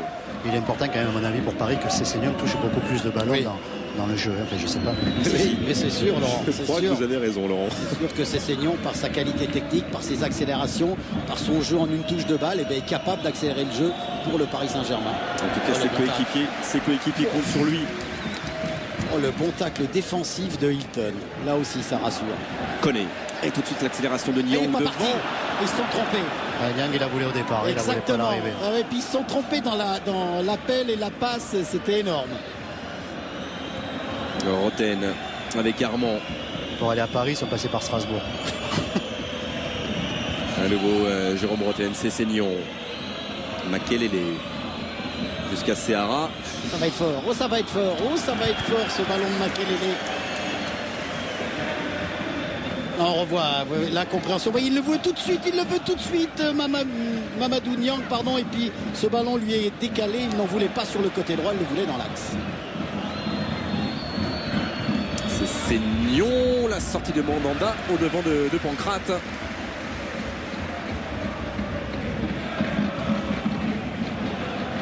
Giroud.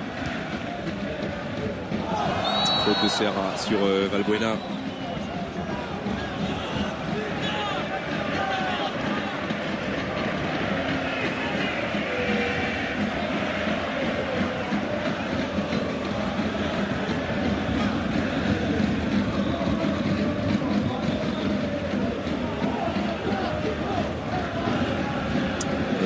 On a vu au gros plan à l'instant sur Mamadou Niang, 2 buteurs formés au Havre, on l'a dit, buteur pour l'instant ce soir au Haro. Niang, le Havre qu'on retrouvera mardi soir, un match décalé sur Canal+ de la 11e journée du côté du Stade Chaban-Delmas, Bordeaux-Le Havre. Et le duel Waro-Sana, il est quand même assez grand ce match-là. Ça a commencé dès la première minute. Voilà. Peut-être que Marseille a trouvé une solution peut-être avec Sana et Hilton dans l'axe.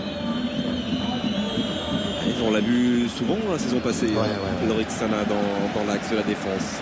Et puis c'est la première fois cette saison qu'on le voit à ce poste, reculé d'un cran. Je sais pas s'il y avait l'Albanie, il joue pas comme ça. Si, absolument. Absolument. Il était rentré dans l'axe de la défense contre Sochaux en fin de match quand il avait fallu défendre le résultat cette saison. Mais c'était la seule fois effectivement. Bami, Koné, Caboret.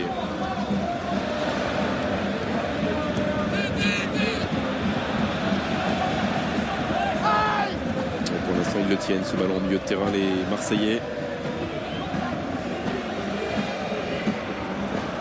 Et ça va être leur but sans doute Olivier dans les minutes qui viennent. Tenir le ballon, ne pas trop s'exposer et essayer de faire les bons choix dans les dernières passes ou dans les avant-dernières passes. C'est vraiment dommage parce que là il y avait une séquence de jeu intéressante où justement le fait de monopoliser le ballon permettait aux Marseillais de trouver des joueurs libres, mais la transmission n'a pas été bonne entre Chérou et Niang. Faute de Sessegnon sur Mamadou Niang.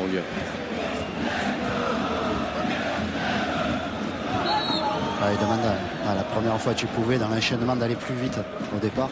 Il y a un joueur au sol. C'est Hilton je pense, non? Oui.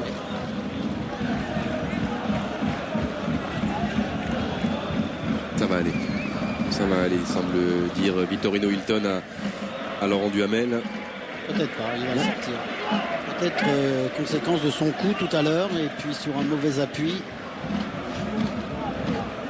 Ça peut souffrir quand même Hilton. Pas une bonne nouvelle pour l'Olympique de Marseille, pas une bonne nouvelle du tout. Alors on va avoir ce contact avec Waro. C'est sur cette faute.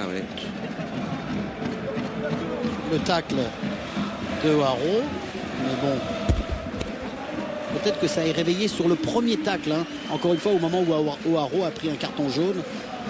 Oui, parce qu'on rappelle que Julien Rodriguez, qui revenait à la compétition, ça aussi c'était une bonne nouvelle au niveau des choix pour Eric Guéretz, a rechuté cette semaine. Blessure à la cheville à nouveau. Alors ça sera moins long dans l'indisponibilité, mais bon, ça reporte de quelques jours, de quelques semaines, peut-être encore le retour vraiment de Julien Rodriguez à la compétition. Pancrate, Louis Ndoula et l'égalisation pour le Paris Saint-Germain. Steve Mandanda est sorti, certes, mais peut-être pas assez vite. En attendant, Louis Ndoula, l'ancien Marseillais, donne la possibilité à Paris de revenir de partout. Et à un moment où les Marseillais ne sont qu'à 10. Ouais, ils sont à 10, c'est ça.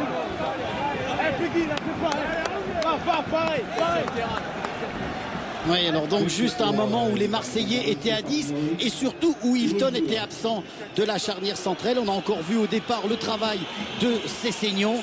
Ensuite, regardez Sessegnon qui va résister à Salah. Ensuite, il va donner un ballon dans la profondeur. Il n'y a pas de position de hors-jeu. Il va donner le ballon dans la profondeur à Pancrate qui peut l'a prolongé ce ballon, et Louis Ndoula qui avec beaucoup d'opportunités et de vivacité est venu. C'était pas volontaire, hein. On l'a vu sur le ralenti. Et ensuite Louis Ndoula qui joue parfaitement le coup, et là l'entraîneur Guéretz qui vit le but en même temps que ses joueurs, en tout cas en même temps que les attaquants parisiens. Mais ça aussi c'est une belle image de Mateja Kezman qui lui pourrait être à la place de Louis Ndoula dans l'animation du Paris Saint-Germain. Et Louis Ndoula qui l'a gagné semaine après semaine cette place, repoussant le Serbe pour l'instant sur le banc de partout. Premier but cette saison pour Peggy Louis Ndoula, lui qui avait marqué 10 buts en une saison avec l'Olympique de Marseille il y a 4 ans. Et Marseille à 10, c'est vrai que ça va vite hein, quand il y a un absent. Vous l'avez bien noté, Olivier. On l'a vu, hein, Vittorino Hilton en train de se faire soigner. Ça change tout. Et après les ralentis, on peut pas dire que Mandanda ait fait une erreur. Il sort, Stéphane Mandanda, absolument. C'est Louis Ndoula qui a été beaucoup plus vite que lui et ensuite qui réalise le geste technique parfait, hein, le piqué juste devant le gardien. Et là, on s'aperçoit aussi de l'importance de Hilton au niveau de la charnière centrale. Il est absent et ils prennent le but. Ce qui est étonnant, puisque Sana sort sur le coup, il me semble, au départ de l'action. Ah mais il sort loin. Il sort loin alors qu'il manque déjà un joueur axial. Exactement. Il sort sur Sessegnon. C'est ça, ouais. Exact. Ouais. 4 buts dans un Marseille-Paris en Ligue 1. Il faut revenir à février 2000 avec une victoire 4-1 de l'Olympique de Marseille pour avoir au moins 4 buts dans un classique. Et c'est sans doute pas terminé. Giroud repris par Bourillon. Il y a de l'espace et il y a du mouvement, donc il y aura des buts encore. C'est Sessegnon. Il est en train de faire le cirque, Sessegnon, Grégoire, puisque c'est lui, encore une fois, on le notait, hein, qui avait disparu lors de la première mi-temps. Et tout doucement, il est en train de revenir dans la partie. Et dans les têtes, ça a peut-être basculé là aussi en faveur du Paris Saint-Germain. On va voir si l'Olympique de Marseille est capable d'en remettre une couche comme les Marseillais ont réussi à le faire en première période. Pour l'instant, la fluidité à nouveau, l'envie semble être parisienne. Ouais, superbe tacle encore une fois hein, de Hilton qui est venu tacler Seara. Moi je suis persuadé que l'absence de Hilton à ce moment crucial pesait lourd hein, dans ce but marqué par les Parisiens. Ah tiens. Et non, le petit pont certes, mais pas le coup franc derrière. Et de l'espace pour Valbuena. On est peut-être en train de vivre un très très bon classique, Olivier. Oui, un très bon classique. Mamadou Niang là-bas, il y a Caboret dans la surface de réparation parisienne. Et j'allais dire intelligemment, Sylvain Armand, ballon qui est récupéré. Finalement, faute sur Mickaël Landreau. La faute de qui connaît. Pas sûr, je crois que c'est Caboret. Oui, c'est Caboret, Grégoire, qui est venu jouer le ballon alors qu'apparemment Mickaël Landreau avait le ballon dans les mains. Non, là, on voit le gardien parisien se tenir le poignet. Caboret là qui va mystifier Armand. Ensuite, oui, il a le ballon dans les bras, Mickaël Landreau, et Caboret aurait dû retenir son pied. On va le revoir encore mieux sur cette image. Ah, c'est net. C'est interdit par le règlement.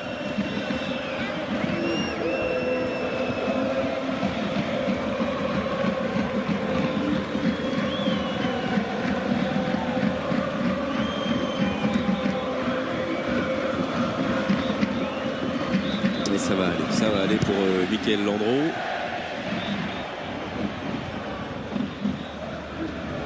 Et ensuite Vittorino Hilton, ça va aussi pour l'instant pour le défenseur brésilien.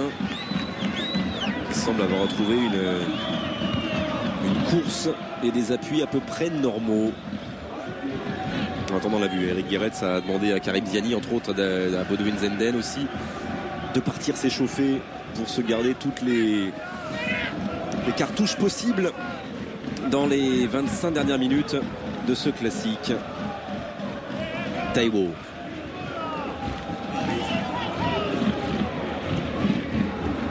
Koné. Caboret, c'est bien dans le mouvement de Bonnard. Il n'a pas pu centrer correctement Val Bonnard. C'était parfaitement fait ce jeu à 3 de la part des Marseillais. Et quand on joue en une touche de balle, comment le football s'éclaircit, comment le football va beaucoup plus vite et comment vous mettez rapidement une défense en difficulté. C'est Seignon avec Armand et en jeu pour Peguilou Yindoula.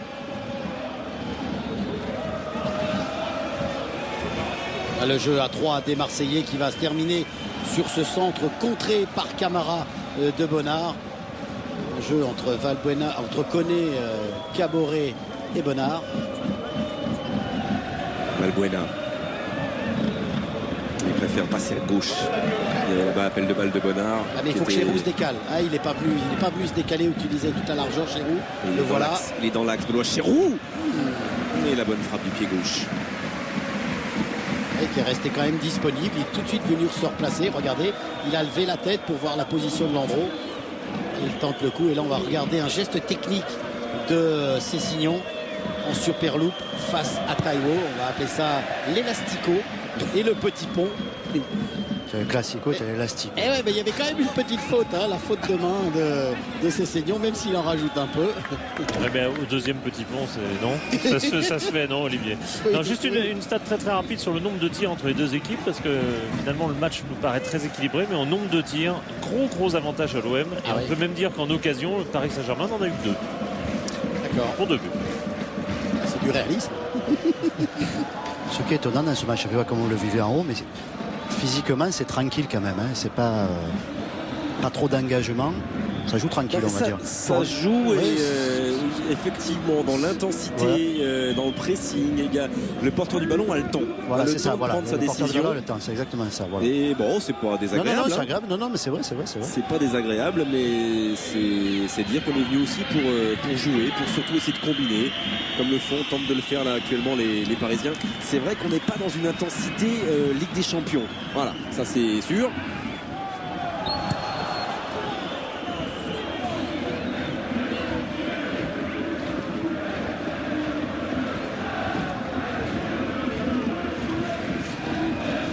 Allez, on est dans la dernière demi-heure.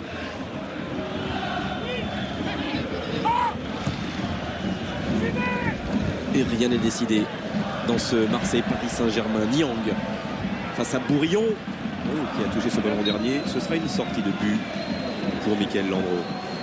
Il les aime ces ballons, Mamadou Niang, pour venir passer devant le défenseur. Mais j'ai le sentiment, et c'est vrai qu'il est dans un moment où il est moins bien physiquement. Niang, il a moins cette accélération qui faisait sa force il y a encore un mois. Et là, il est peut-être en train de souffrir un peu physiquement, Mamadou Niang. En tout cas, clairement, 2 tirs pour lui ce soir contre 5 par exemple à Koné ou 4 à Valbuena. Il était moins décisif en tout cas. Oui, moins décisif et moins disponible dans le jeu. C'est vrai qu'on a vu surtout Koné multiplier les appels en première mi-temps. Vous voyez, on le sent emprunté. Là, c'est compliqué ce qu'il a tenté de faire. Tant mieux pour Marseille, ça marche. Caboret, ça ne passe pas pour Benoît Chéroux face à Serra. Sinon, derrière, il y avait une occasion de but réelle pour l'Olympique de Marseille. Ça va revenir, nouvelle vague blanche avec Mathieu Valbuena dans l'axe. Mamadou Niang qui contrôle la frappe enchaînée. La décision était belle. Ah oui, ça absolument, Grégoire. Là, l'enchaînement a été rapide. Il a essayé de brosser son ballon parce qu'il a tout de suite l'arrivée de Roten. Il protège bien son ballon. Il essaye d'enrouler. Malheureusement pour lui, ça passe assez haut par rapport au but de Mickaël Landreau. Et là, on a senti quand même une vivacité de geste de la part de Niang. Vous dites, c'est vrai, Olivier, qui a 29 ans, là, il a un petit passage à vide depuis un mois, peut-être, Mamadou Niang, mais à l'arrivée, c'est quand même 4 buts et 4 passes décisives en 10 journées. Il n'y a pas de problème. C'est un rendement pas inintéressant en termes de statistiques pour un attaquant. Bonnard. Pied gauche. Ils peuvent aller plus loin que de frapper comme ça de 20-30 mètres. Je pense qu'il y a des possibilités dans le déplacement des attaquants. Mais c'est étonnant Paris qui laisse aussi ses attaquants venir assez près du but quand même.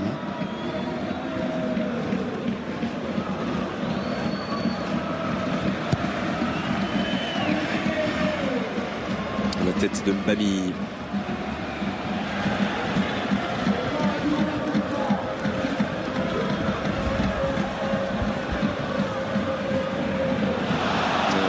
Roten, c'est Seignon.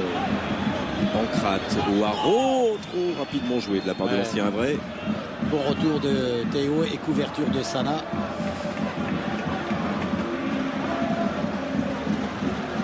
Chéroux. Ah, il est actif en tout cas, Chéroux. Oh là là là là, quel volume impressionnant. Il est encore là, il est encore là.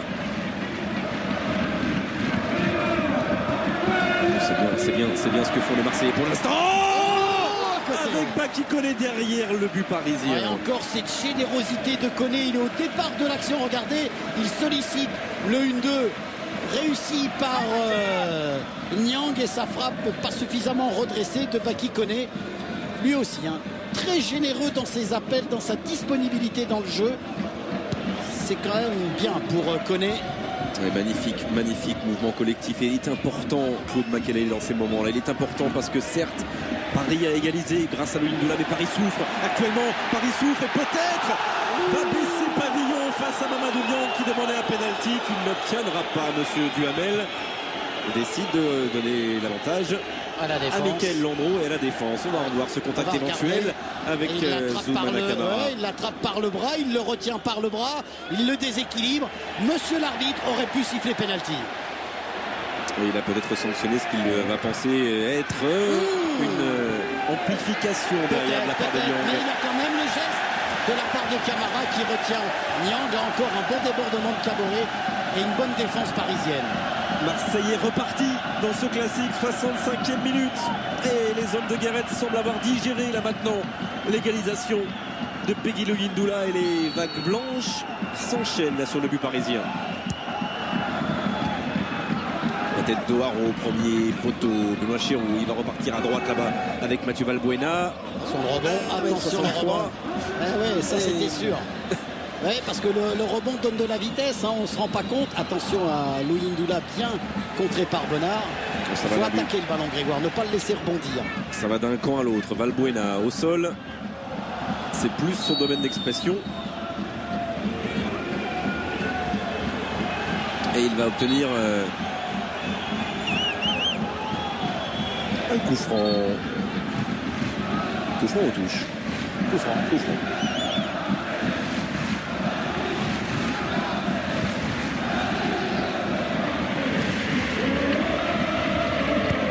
Centre le Bonnard, Benoît Chéroux. Et là-bas, ce sera une sortie pour Mickaël Landreau. Et on revoit le fait de la main de Camara sur Niang. Alors, est-ce que ça le déséquilibre vraiment? Moi, je pense que oui. Alors on va regarder, vous voyez, Hilton sur le but, vous voyez, il est là, il attend pour rentrer et c'est vrai que les Marseillais sont un peu frustrés parce qu'il n'est pas là au niveau de la charnière centrale et malheureusement pour eux, eh bien Peggy Louis Ndoula en a profité pour inscrire ce deuxième but. Ça a été punition immédiate, hein, à 10 contre 11. D'ailleurs, la discussion était de savoir s'il faudra voir, d'ailleurs, s'il doit attendre un arrêt de jeu, ce qui ne semblerait pas. Non. Donc voilà, c'est ça. Donc, non, mais il faut que monsieur Duhamel autorise. C'est pour ça que ça râlait un petit peu. Roten, Louis Ndoula avec Oaro, c'est sorti par Sana, il y a de plus en plus d'espace, on va se régaler. Et que vous soyez supporter du Paris Saint-Germain ou de l'Olympique de Marseille, vous allez espérer trembler encore pendant 25 minutes. Et c'est pour ça qu'un classique n'est jamais un match comme les autres. Et quand on a la chance d'avoir des buts et de l'incertitude quant au résultat final, c'est encore meilleur. Benoît Chéroux, Koné, Bami et Bonnard là-bas pour l'appel de balle. Bami l'a vu et Louis Ndoula était là, tout comme Camara sur ce centre. Récupération Valbuena. Bonnard. Il est débordé, accéléré encore pour Laurent Bonnard, tenté là face à Jérôme Roten qui est bien redescendu défendre, qui se souvient peut-être qu'il a été arrière gauche samedi dernier face à Lorient et qu'il avait parfaitement réalisé cet intérim à la place de Sylvain Armand suspendu. Louis Ndoula, c'est Seignon. Je pense que ça va bouger côté marseillais sur ce ballon perdu. Guéret s'est retourné à Cup, il lui a dit allez. Cup, il a fait des déplacements. Seara, là aussi il reste bien sur ses appuis, il résiste à Benoît Chéroux. Roten. Et attend le soutien de Sylvain Armand. Qui va garder ce ballon? Et tenter de déborder et réussir là-bas, obtenir un corner en faveur du Paris Saint-Germain. Il y a un joueur dont on parle peu aussi du côté de Marseille, c'est Bonnard, Grégoire, parce qu'il fait un travail quand même énorme sur le côté droit. À chaque fois, il est là dans les dédoublements dans le jeu offensif avec Valbuena, et il est aussi présent dans le domaine défensif. Gros match de Bonnard sur le côté droit. Et on va apporter un peu de fixation de taille côté Eric Guéretz avec l'entrée de l'ancien Manceau en pointe. Samassa. D'abord ce corner parisien. Il y aura une deuxième chance consécutive là-bas pour Stéphane Sessegnon.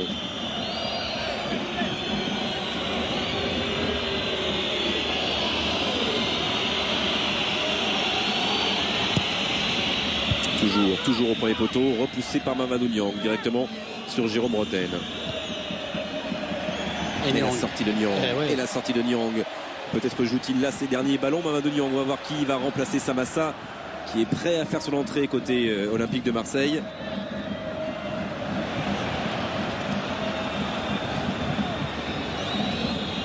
Louis Ndoula. On va voir aussi, peut-être va-t-il sortir un milieu de terrain. Ouais, il peut faire ça aussi. Ouais. Eric Guéretz et associé devant, et Samassa et Niang qui connaît. Centre de Koné en retrait, la reprise du pied droit. Oh, elle était belle la reprise derrière. Mamadou Niang qui vient commettre une faute sur Mickaël Landreau. Le but ne sera pas validé. Quelle frappe de Benoît Chéroux. Oh, la volée pied droit de Chéroux qui a frappé la barre transversale, qui va rebondir du bon côté pour les Parisiens. Qui, on le rappelle, est gaucher. Quelle frappe du pied droit sur ce centre de Koné. Koné a vu Chéroux et regardez cette volée sublime et le ballon qui frappe mais du mauvais côté pour les Marseillais, et ensuite la faute de Niang sur Landreau. Quelle est belle cette volée pied droit et ce ballon qui frappe encore une fois. Oh, c'est énorme, c'est énorme. Et ils vont passer à deux défensifs. Et Caboret est sorti, donc Niang à gauche, Koné à droite. Ah, ça aurait été bien pour Benoît Chéroux. Ça aurait sanctionné vraiment dans le bon sens du terme un très bon match jusque-là. Ah, il mérite sa sélection. Il mérite en tout cas de nos applaudissements pour sa prestation ce soir et ses 70 minutes. Lui, le natif de Suresnes, on parle de la banlieue parisienne. Lui qui n'a jamais joué au Paris Saint-Germain. Benoît Chéroux, et qui a bien failli là avec son pied droit, a priori pas son bon pied, réussir le troisième but marseillais. Et ce centre qui se transforme presque en lob. Ouais, centre raté de la part de Mathieu Valbuena. Regardez, là, il mystifie Seara par une feinte de frappe et ensuite un enchaînement du pied gauche. Louis Ndoula. Et en tout cas, vous parlez de Chéroux, à part Jérôme Rotten, personne ne court plus que lui sur le terrain. On est au-delà des 9 km pour ces deux joueurs, et Louis Ndoula est dans cette zone-là. Il surprend. Oui. Enfin, il surprend. Oui, non, ça veut dire qu'il travaille beaucoup quand même, Peggy Louis Ndoula. Vous vous êtes fait un ami là. À l'instant, vous venez de vous faire un ami de Peggy Louis Ndoula. Il nous surprend. Non, mais il travaille beaucoup et c'est bien. Mais c'est bien pour le jeu des Parisiens. Jérôme Rotten. Là, ce qui est sûr, c'est que les Parisiens n'ont pas beaucoup d'occasions là. C'est clair, depuis un bon quart d'heure maintenant. Et là, la transversale de Camara est ratée. Elle était destinée à Pancrate. Donc les occasions marseillaises continuent de s'enchaîner. Est-ce qu'on a dit que Samassa a été rentré à la place de Caboret? Oui, absolument. On était tellement sur cette reprise de Benoît Chéroux. Chéroux qui va jouer plus bas avec Mbami. Samassa, voilà pour l'un de ses premiers ballons. Bonnard, deux anciens Manceau. Il est tout seul. C'est difficile pour lui, Bonnard, parce qu'Mbami n'est pas venu en soutien, donc il était obligé de dribbler son adversaire direct. Oui.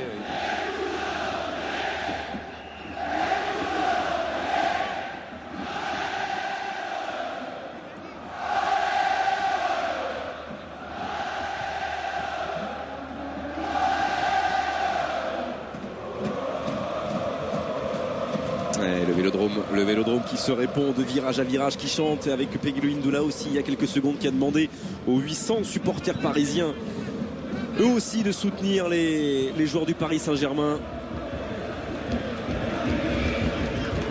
On est en train peut-être d'entrer dans une zone de vérité, vraiment, dans ce match. Va-t-il y participer à ce moment de vérité? À ce Moneta et Matem Ben Arfa, lui aussi le Parisien, il est bien Clamart, le Parisien de naissance. Mbami, il a encore des jambes, Laurent Bonnard, pour aller chercher ce ballon. Ouais, c'est énorme. C'est énorme ce qu'il propose comme solution sur le côté. Bonnard, c'est fabuleux. Vraiment, moi, je trouve qu'il fait un match plein. Et Mbami, toujours là aussi. Et... Ah, c'est dommage. C'est dommage. C'était encore destiné à Bonnard, ce ballon. On peut pas y aller, là. Il y a un non, moment donné. parce qu'il était trop profond. Oui. Hein. C'était une mauvaise passe de Mbami. Je vous propose une stat inédite dans le sens où dans les Marseille PSG on parle toujours des fautes. Ben, il n'y en a quasiment pas aujourd'hui. Alors il faut quand même le dire une fois dans la partie. Quasiment rien. Quasiment rien. Vous voyez, 21 fautes en 73 minutes. Ouais, c'est ce que ça veut dire un match très clair. Oui, mais c'est ce que signalait tout à l'heure Grégoire. Hein. C'est vrai. Carton jaune. Donc. Non, ça manque. Si, il y en a un. Pardon. Souci au Haro. Oui, sur faute sur Hilton. Effectivement, c'est pas beaucoup. C'est vraiment ce que vous disiez, hein, Grégoire. Ça n'a peut-être pas l'intensité d'un match de Champions League où vraiment là il y a de l'agressivité et c'est vrai que là les joueurs jouent. À l'image de Valbuena avec Baki Koné. Ça décroche beaucoup plus du côté des attaquants marseillais quand même. Ça vient jouer bas. Ça offre moins de solutions sur le plan offensif. Et c'est le choix de Samassa aussi en point de fixation devant. Voilà, c'est ça. Makelele hors jeu pour O'Haro.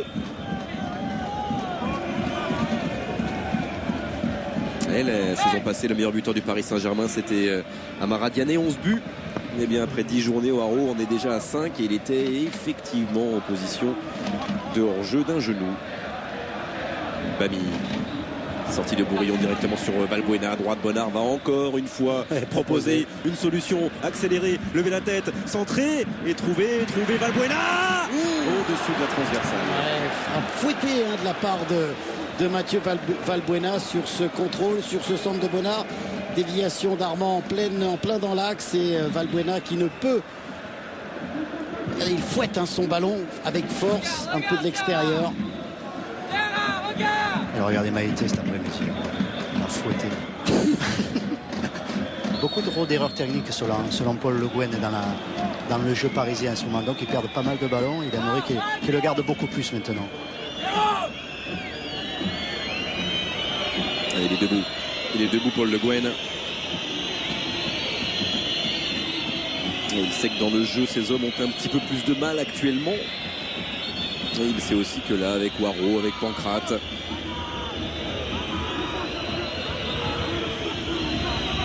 il y a peut-être une possibilité sur coup de pied arrêté. Alors qu'on vient juste d'entrer dans le dernier quart d'heure. Pour le pied gauche de Jérôme Roten.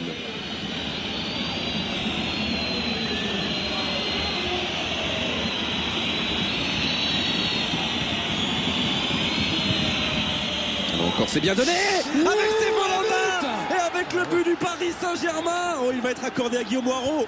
Ce but du Paris Saint-Germain pour un doublé pour l'ancien Havrais sur coup de pied arrêté. Paris fait la différence, il reprend l'avantage. 3 buts à 2. Ok, on va voir là.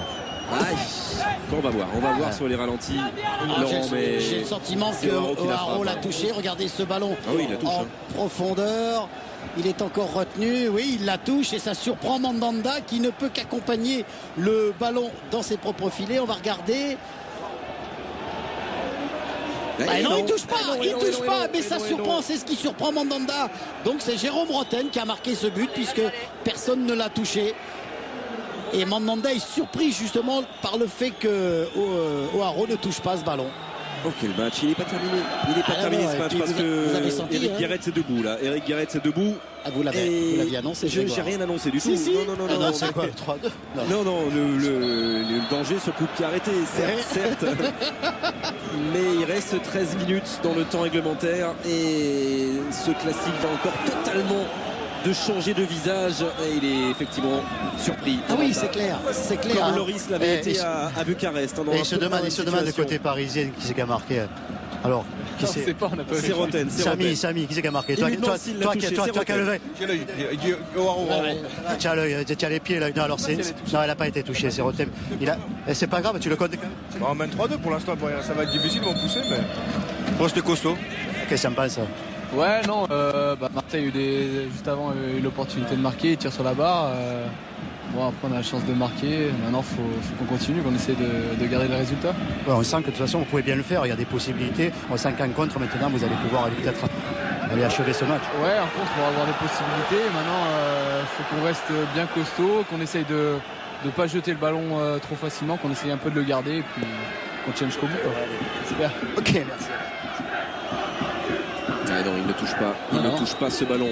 Guillaume Haro, but pour Jérôme Rotten. Son premier but cette saison à Jérôme Rotten qui avait marqué ici en février. Allez, est-ce que tu l'as touché, lui dit-il. Est-ce que tu l'as touché? Non. Il est honnête. Il lui dit non, il est effectivement très honnête, Guillaume Haro. Et ça fait but pour Jérôme Rotten. Et là, monsieur Duhamel va sanctionner Samassa d'une poussée sur Grégory Bourillon. Et entre parenthèses, l'ex moins bonne attaque du championnat de France vient de marquer 3 buts sur ses 2 derniers matchs, à la fois contre Lorient et contre l'OM. En ayant un buteur à 5 buts, O'Haro, et tous les autres à 1. Effectivement, ça a été le premier but pour Louis Ndoula ce soir et c'est à l'instant le premier but pour Jérôme Rotten dans cette saison 2008-2009. Alors, Bodwin Zenden va rentrer côté Marseillais. Ce sera le deuxième changement opéré pour les 10 dernières minutes par Eric Guéretz, Vittorino Hilton avec Chérou.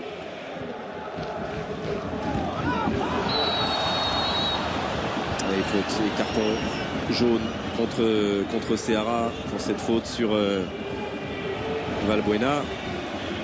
Il y a Zenden qui va rentrer bien sûr côté.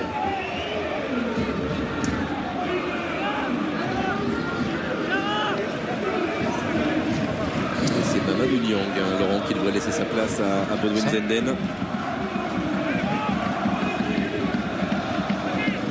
Alors on a parlé de coup de pied arrêté tout à l'heure pour le Paris Saint-Germain. En voici un évidemment intéressant pour l'Olympique de Marseille, le pied gauche de Benoît Chérou face à un mur qui s'appelle Stéphane Sessegnon.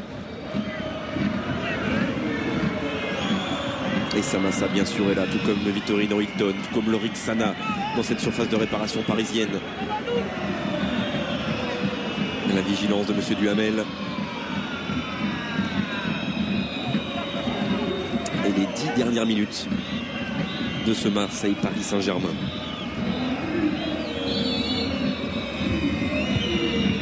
Oh, avec Baki Koné qui dévie. La tête de Camara. Ça sentait quand même la situation de travail à l'entraînement, ce que vient de faire Benoît Chérou. Même si là ça n'a pas fonctionné, là aussi il faut se parler. Ouais, là il a parlé parce qu'on a vu comment Camara s'est arrêté sur l'action parce qu'il était prêt à jouer. Attention, faute technique de Pancrate là qui a raté son... Vous voyez Camara comme il a sur le coup, là il s'écarte bien. Tout comme Armand qui accompagne son gardien. En tout cas il est certain que la frappe de Chérou sur la transversale est quand même le tournant du match, Grégoire, parce que malheureusement ça a rebondi du mauvais côté pour les Marseillais. Voilà, le changement a eu lieu, la sortie de Niang, l'entrée de Bodwin Zenden. Je suis pas sûr que Ben Arfa aura sa chance dans ce match. Ça semble mal parti pour l'ancien Lyonnais. Oui. Enfin, il faudra revenir dessus, mais c'est plus de sa faute que celle de l'entraîneur, je pense. Rotten. Et bien sûr, vous donnez une note à ce Marseille-Paris Saint-Germain. Oh, il est passé Louis Ndoula, le pied. Oh, c'est bien joué. Oh, Haro. Oh, c'est bien joué, Louis Ndoula. Qui ne peut rien faire, altruiste Louis Ndoula. Et le doublé pour Guillaume Haro, 4-2 pour le Paris Saint-Germain. Cette fois-ci, le classique a peut-être trouvé son vainqueur.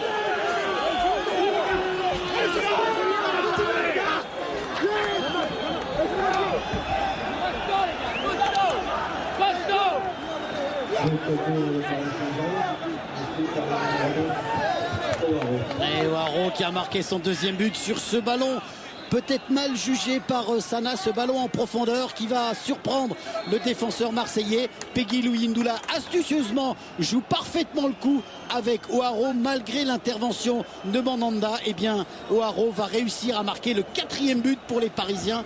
Il est surpris par la trajectoire du ballon, Lorik Sana, et vraiment, Peggy Luyindula joue parfaitement le coup, Grégoire. Ce ballon donné à O'Haro qui est absolument seul. Et malgré l'intervention de Mandanda, eh bien, O'Haro marque le 4e but pour les Parisiens sur un contre parfaitement mené, avec rapidité, avec lucidité par les Parisiens. Ouais, ça fait un 3-0 dans la deuxième mi-temps. Exactement. Oui, hein, exactement, ça fait 3-0 au deuxième mi-temps. C'est vrai, Laurent, 83e minute, ça va être dur maintenant pour l'Olympique de Marseille. Alors que Sako va faire son entrée côté Paris Saint-Germain. Et il y a pas mal de spectateurs du Vélodrome qui commencent à quitter l'enceinte phocéenne. 4-2 pour le Paris Saint-Germain. Assuré, hein, la récupération et les bases défensives côté Paul Le Guen. Et ben ça fait effectivement un masque, bien sûr, sur le visage d'Éric Guéretz. Pour l'instant, ça fait une semaine assez cauchemardesque pour l'Olympique de Marseille, qui avait la possibilité ce soir d'aller chercher la place de leader en Ligue 1 et qui pour l'instant encaisse 4 buts sur sa pelouse. O'Haro, 6 buts cette saison. Pour la première fois de son histoire contre le Paris Saint-Germain. Jamais le PSG n'avait marqué 4 buts au Stade Vélodrome. Et O'Haro rejoint Benzema en tête du classement des buteurs avec 6 réalisations. Ça aussi, c'est un symbole ce soir de ce qui ressemble à une soirée parfaite pour le Paris Saint-Germain. Il faudrait réagir vite pour l'Olympique de Marseille pour entretenir un espoir d'aller chercher un point. Bodwin Zenden pour frapper ce coup franc du pied gauche avec Sana et la tête de Seara, pas terminé avec Chirou. C'est repoussé par Camara.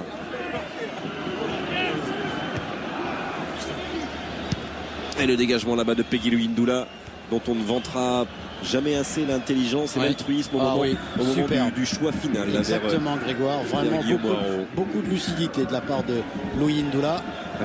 Balbuena pour ce centre marseillais. Encore une fois, on l'a entendu le laisse. Hein. Je l'ai entendu le laisse, mais malheureusement, ils n'y sont pas allés. Ils ne se sont pas arrêtés, les défenseurs parisiens. Heureusement, le ballon a été défendu. En tout cas, on peut noter, Grégoire, quand même, que le choix de Paul Le Guen en milieu de semaine de faire jouer ses remplaçants à Schalke, pour le moment, c'est un choix gagnant, puisque les Parisiens mènent pour le moment 4-2 ici à Marseille. Donc ce qui va faire du bien aussi à Paul Le Guen. Et là il a 17 points en plus, ils sont pas. Je suis à côté de Pancrate justement pour venir sur ce match. 3-0 en deuxième mi-temps finalement, hein, puisque vous étiez mené 2-1. C'est une superbe deuxième mi-temps que vous avez fait là, surtout sur le plan tactique et sur le plan du jeu. Vous pouvez pas faire mieux. Ouais, c'est sûr. Personne, je pense, aurait imaginé un tel revirement de situation. Maintenant à la mi-temps. Il n'y a que Samy à côté. Ouais. À la mi-temps on était un peu dégoûté parce que on avait bien commencé le match et puis des petites erreurs qui font mouche. Maintenant, cette année, je crois que la force du groupe, c'est sa force de caractère. On n'a pas lâché. Et on savait qu'il y avait une chose à faire si toutefois tu égalisais. C'est chose faite ce soir. Bon, c'est pas terminé, mais on est en passe de gagner ce match. J'espère que ça restera comme ça jusqu'à la fin. Ouais, il y a Larouille qui disait que le choix finalement d'avoir fait un petit peu l'impasse sur la Coupe d'Europe, finalement, ça paye ce soir, quoi. Mais heureusement, sinon, sinon on aurait suivi les critiques, quoi. Sinon, non, mais c'est vrai. Ouais, mais c'est vrai que c'était voulu. On voit que ce soir on a du jus, tant mieux. Parce qu'on va pouvoir se concentrer sur le match de Toulouse, même s'il reste encore 4 minutes et qu'ils arrêtent de jeu. Vous pouvez relancer le match, vous pouvez faire rentrer Samy. Hein. Ouais, tu peux rentrer Samy et sa grosse tête. Non, mais bon, tout particulièrement, j'aimerais faire dédier ce match, même s'il n'est pas fini, j'espère qu'on gagnera, mais à ma grande sœur Gladys, à ma grande cousine Désirée Janvier et un pote à moi, Sébastien Saror. Heureusement que t'as pas trop de cousine. Ouais, c'est pour eux cette victoire. C'est pour eux. C'est pas fini, mais c'est pour eux. Ils comprendront. Gladys et Désiré. C'est beau. Et attention à Jérôme Roten. Ça fait quand même 7 buts en 2 matchs pour ce qui était la meilleure défense de Ligue 1. Le Paris Saint-Germain, 3 buts contre Lorient, 4 buts ce soir. Alors que avant ce match de Lorient, jamais le Paris Saint-Germain n'avait marqué plus d'un but dans un match de Ligue 1 après 8 journées. Valbuena. La tête de Sako. Et attention au contre-attaque. Et ça vient, dit le banc parisien sur Sessegnon. Et faute de Taiwo dans le dos de Stéphane Sessegnon.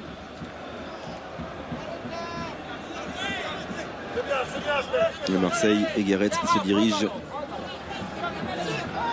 vers sa première défaite ici au Vélodrome cette saison en Ligue 1. Et puis suite à la défaite face à Eindhoven, je crains que ces 2 défaites laissent des traces quand même ici du côté du Vélodrome, Grégoire, parce que là je pense que les Marseillais ont pris un coup psychologique, parce que C'est vrai qu'on les avait vus perdus en deuxième mi-temps face à Eindhoven. Et puis là, pareil. Il était sûr que l'amour propre serait là. Eric Gerets, il a pris ses joueurs en groupe et un par un, comme il le fait souvent après la défaite à Eindhoven. Il y a eu beaucoup de vidéos, on s'est beaucoup parlé. Et il était persuadé, Gerets, que ça allait réagir. Robert Louis Dreyfus, l'actionnaire principal, était là ce soir au Vélodrome. C'était simplement le deuxième match qu'il venait voir. Et il aura vu 2 défaites pour l'instant de ses joueurs. Robert Louis Dreyfus, sa défaite contre Liverpool en Ligue des Champions ici. Et puis ce qui semble être une défaite à 2 minutes de la fin du temps réglementaire contre le Paris Saint-Germain. Et le PSG, effectivement, qui était 3e après 5 journées, va pointer à nouveau en tête, pas très loin de la tête du classement après 10 journées, à la 6e place, s'il devait prendre 3 points ce soir. Et paradoxalement, ils ne seront plus première défense du championnat. On ne pourra plus les embêter avec ça, puisque Lyon, Toulouse et Grenoble ont une meilleure défense désormais. Et je suis à côté de Mamadou Niang quand même pour revenir un petit peu sur cette défaite qui se dessine. C'est un petit peu dommage. Dans une fois, vous meniez 2-1, une deuxième mi-temps, on va dire, complètement manqué, quoi. On a loupé la deuxième mi-temps, mais même en loupant la deuxième mi-temps, je pense qu'à 2-2, le tournant du match, c'est quand Camara me retient dans la surface et retient mon bras. L'arbitre, je pense qu'il a vu parce qu'il est bien placé. Il ne siffle pas. Et derrière, on prend un coup de pied arrêté où il y a un duel avec O'Haro et c'est difficile de lui prendre le ballon parce qu'à chaque fois qu'on lui prend le ballon, il y a faute, selon l'arbitre. Donc voilà, je pense que c'est ça le tournant du match. Ouais, on va dire que c'est l'analyse un peu négative. Mais c'est vrai que Paris aussi fait une bonne deuxième mi-temps. C'est vrai qu'au niveau du jeu, tout ça et tout, finalement, dans un match qu'il fallait gagner, ça a été difficile de faire peut-être d'aller chercher cette victoire dans un match comme ça. Non, Paris a fait une deuxième mi-temps, ça on peut pas leur enlever, mais je pense que c'est nous qui leur donnons aussi ces buts parce que même s'ils font une bonne deuxième mi-temps, on avait quand même la maîtrise du jeu. Et on se met en difficulté nous-mêmes et à l'arrivée on prend un début sur le coup de pied arrêté et voilà, on perd ce match. Tu penses que l'équipe n'a pas eu assez le caractère pour aller gagner ce match-là quand vous avez mené 2-1? Si, il y a du caractère, mais après on ne peut rien faire contre les coups de pied arrêtés. Roten il tire bien, donc après c'est compliqué pour nous parce que Paris une équipe très athlétique devant et surtout derrière aussi. Donc ils nous mettent vraiment en difficulté sur les coups de pied arrêtés. Ok, merci. Il y aura 3 minutes de temps additionnel. Attention, Marseillais, attention à nouveau à O'Haro, hors-jeu pour Jérôme Roten. Olivier, la dernière fois qu'un joueur a réussi un doublé dans un classique, c'était Paoletta en 2004, ça fait 4 ans. Et Paris avait gagné ce soir-là 2-1 contre Marseille. Et précédemment, c'était Ronaldinho en 2003. Et Paris avait gagné aussi contre Marseille. Il rentre dans un cercle très fermé. Guillaume O'Haro ce soir, de grands joueurs, vraiment de grands joueurs qui ont réussi. Mais il faut au moins 5 pour Paris battre Marseille, puisque ce que vous venez d'évoquer, à savoir le doublé de Paoletta, c'était tout simplement la dernière victoire du PSG contre l'OM en championnat en novembre 2004. Oh, c'est bien joué. C'est bien joué dans l'envie de Valbuena, mais il n'y a peut-être pas aussi non, il y a plus de force, au fond des jambes, l'énergie que nécessite un tel geste. Parce que son contrôle orienté est parfait. Il se met le ballon dans le bon sens du jeu. Sa frappe est immédiate, mais malheureusement pour lui, il a quand même énormément donné Valbuena tout au long de cette rencontre. Et là, il n'y a plus la force pour pouvoir cadrer le ballon. Paris qui recevra Toulouse mercredi pour la 11e journée avant d'aller à Nice, de recevoir Lille. Là aussi, ce sont 3 matchs très importants, difficiles pour le Paris Saint-Germain. Marseille ira à Nantes avant de revoir ici au Vélodrome l'AS Saint-Etienne, battu aujourd'hui, on le rappelle, 2-0 par Grenoble devant son public à Geoffroy Guichard. Il y a eu des surprises dans cette 10e journée. Et cette victoire parisienne à l'arrivée sur l'ensemble du match n'est pas contestable, loin de là, Olivier. Non. Au nombre d'occasions, Marseille a eu l'avantage. Mais dans la qualité collective, dans l'envie et dans l'efficacité, Paris était très fort ce soir. Était présent, était hyper réaliste. Et puis comme l'a dit Niang, c'est vrai qu'il y a eu 2 faits de jeu importants. Le premier, c'est la faute non sifflée par monsieur Duhamel, et puis surtout cette frappe de Benoît Chéroux qui est venu heurter la barre transversale. C'était à des moments très importants. Et ensuite les Parisiens, avec beaucoup de concentration, avec beaucoup de lucidité, ont joué les coups à fond. Et c'est ce qui a fait la différence aujourd'hui dans ce match. Les ententes entre Samassa et Zenden, la récupération. Vous voulez une preuve du réalisme parisien en chiffres? Allons-y. Ça va être assez évocateur. Allons-y sur les occasions de cette partie. C'est quoi, 4-4? Non, 6-4. 6-4. Oui, c'est quand même pas mal. Ah ouais, non, mais c'est 4 sur 4. c'est énorme. C'est du réalisme parfait de la part des Parisiens. Il en faut dans les matchs de football pour pouvoir gagner.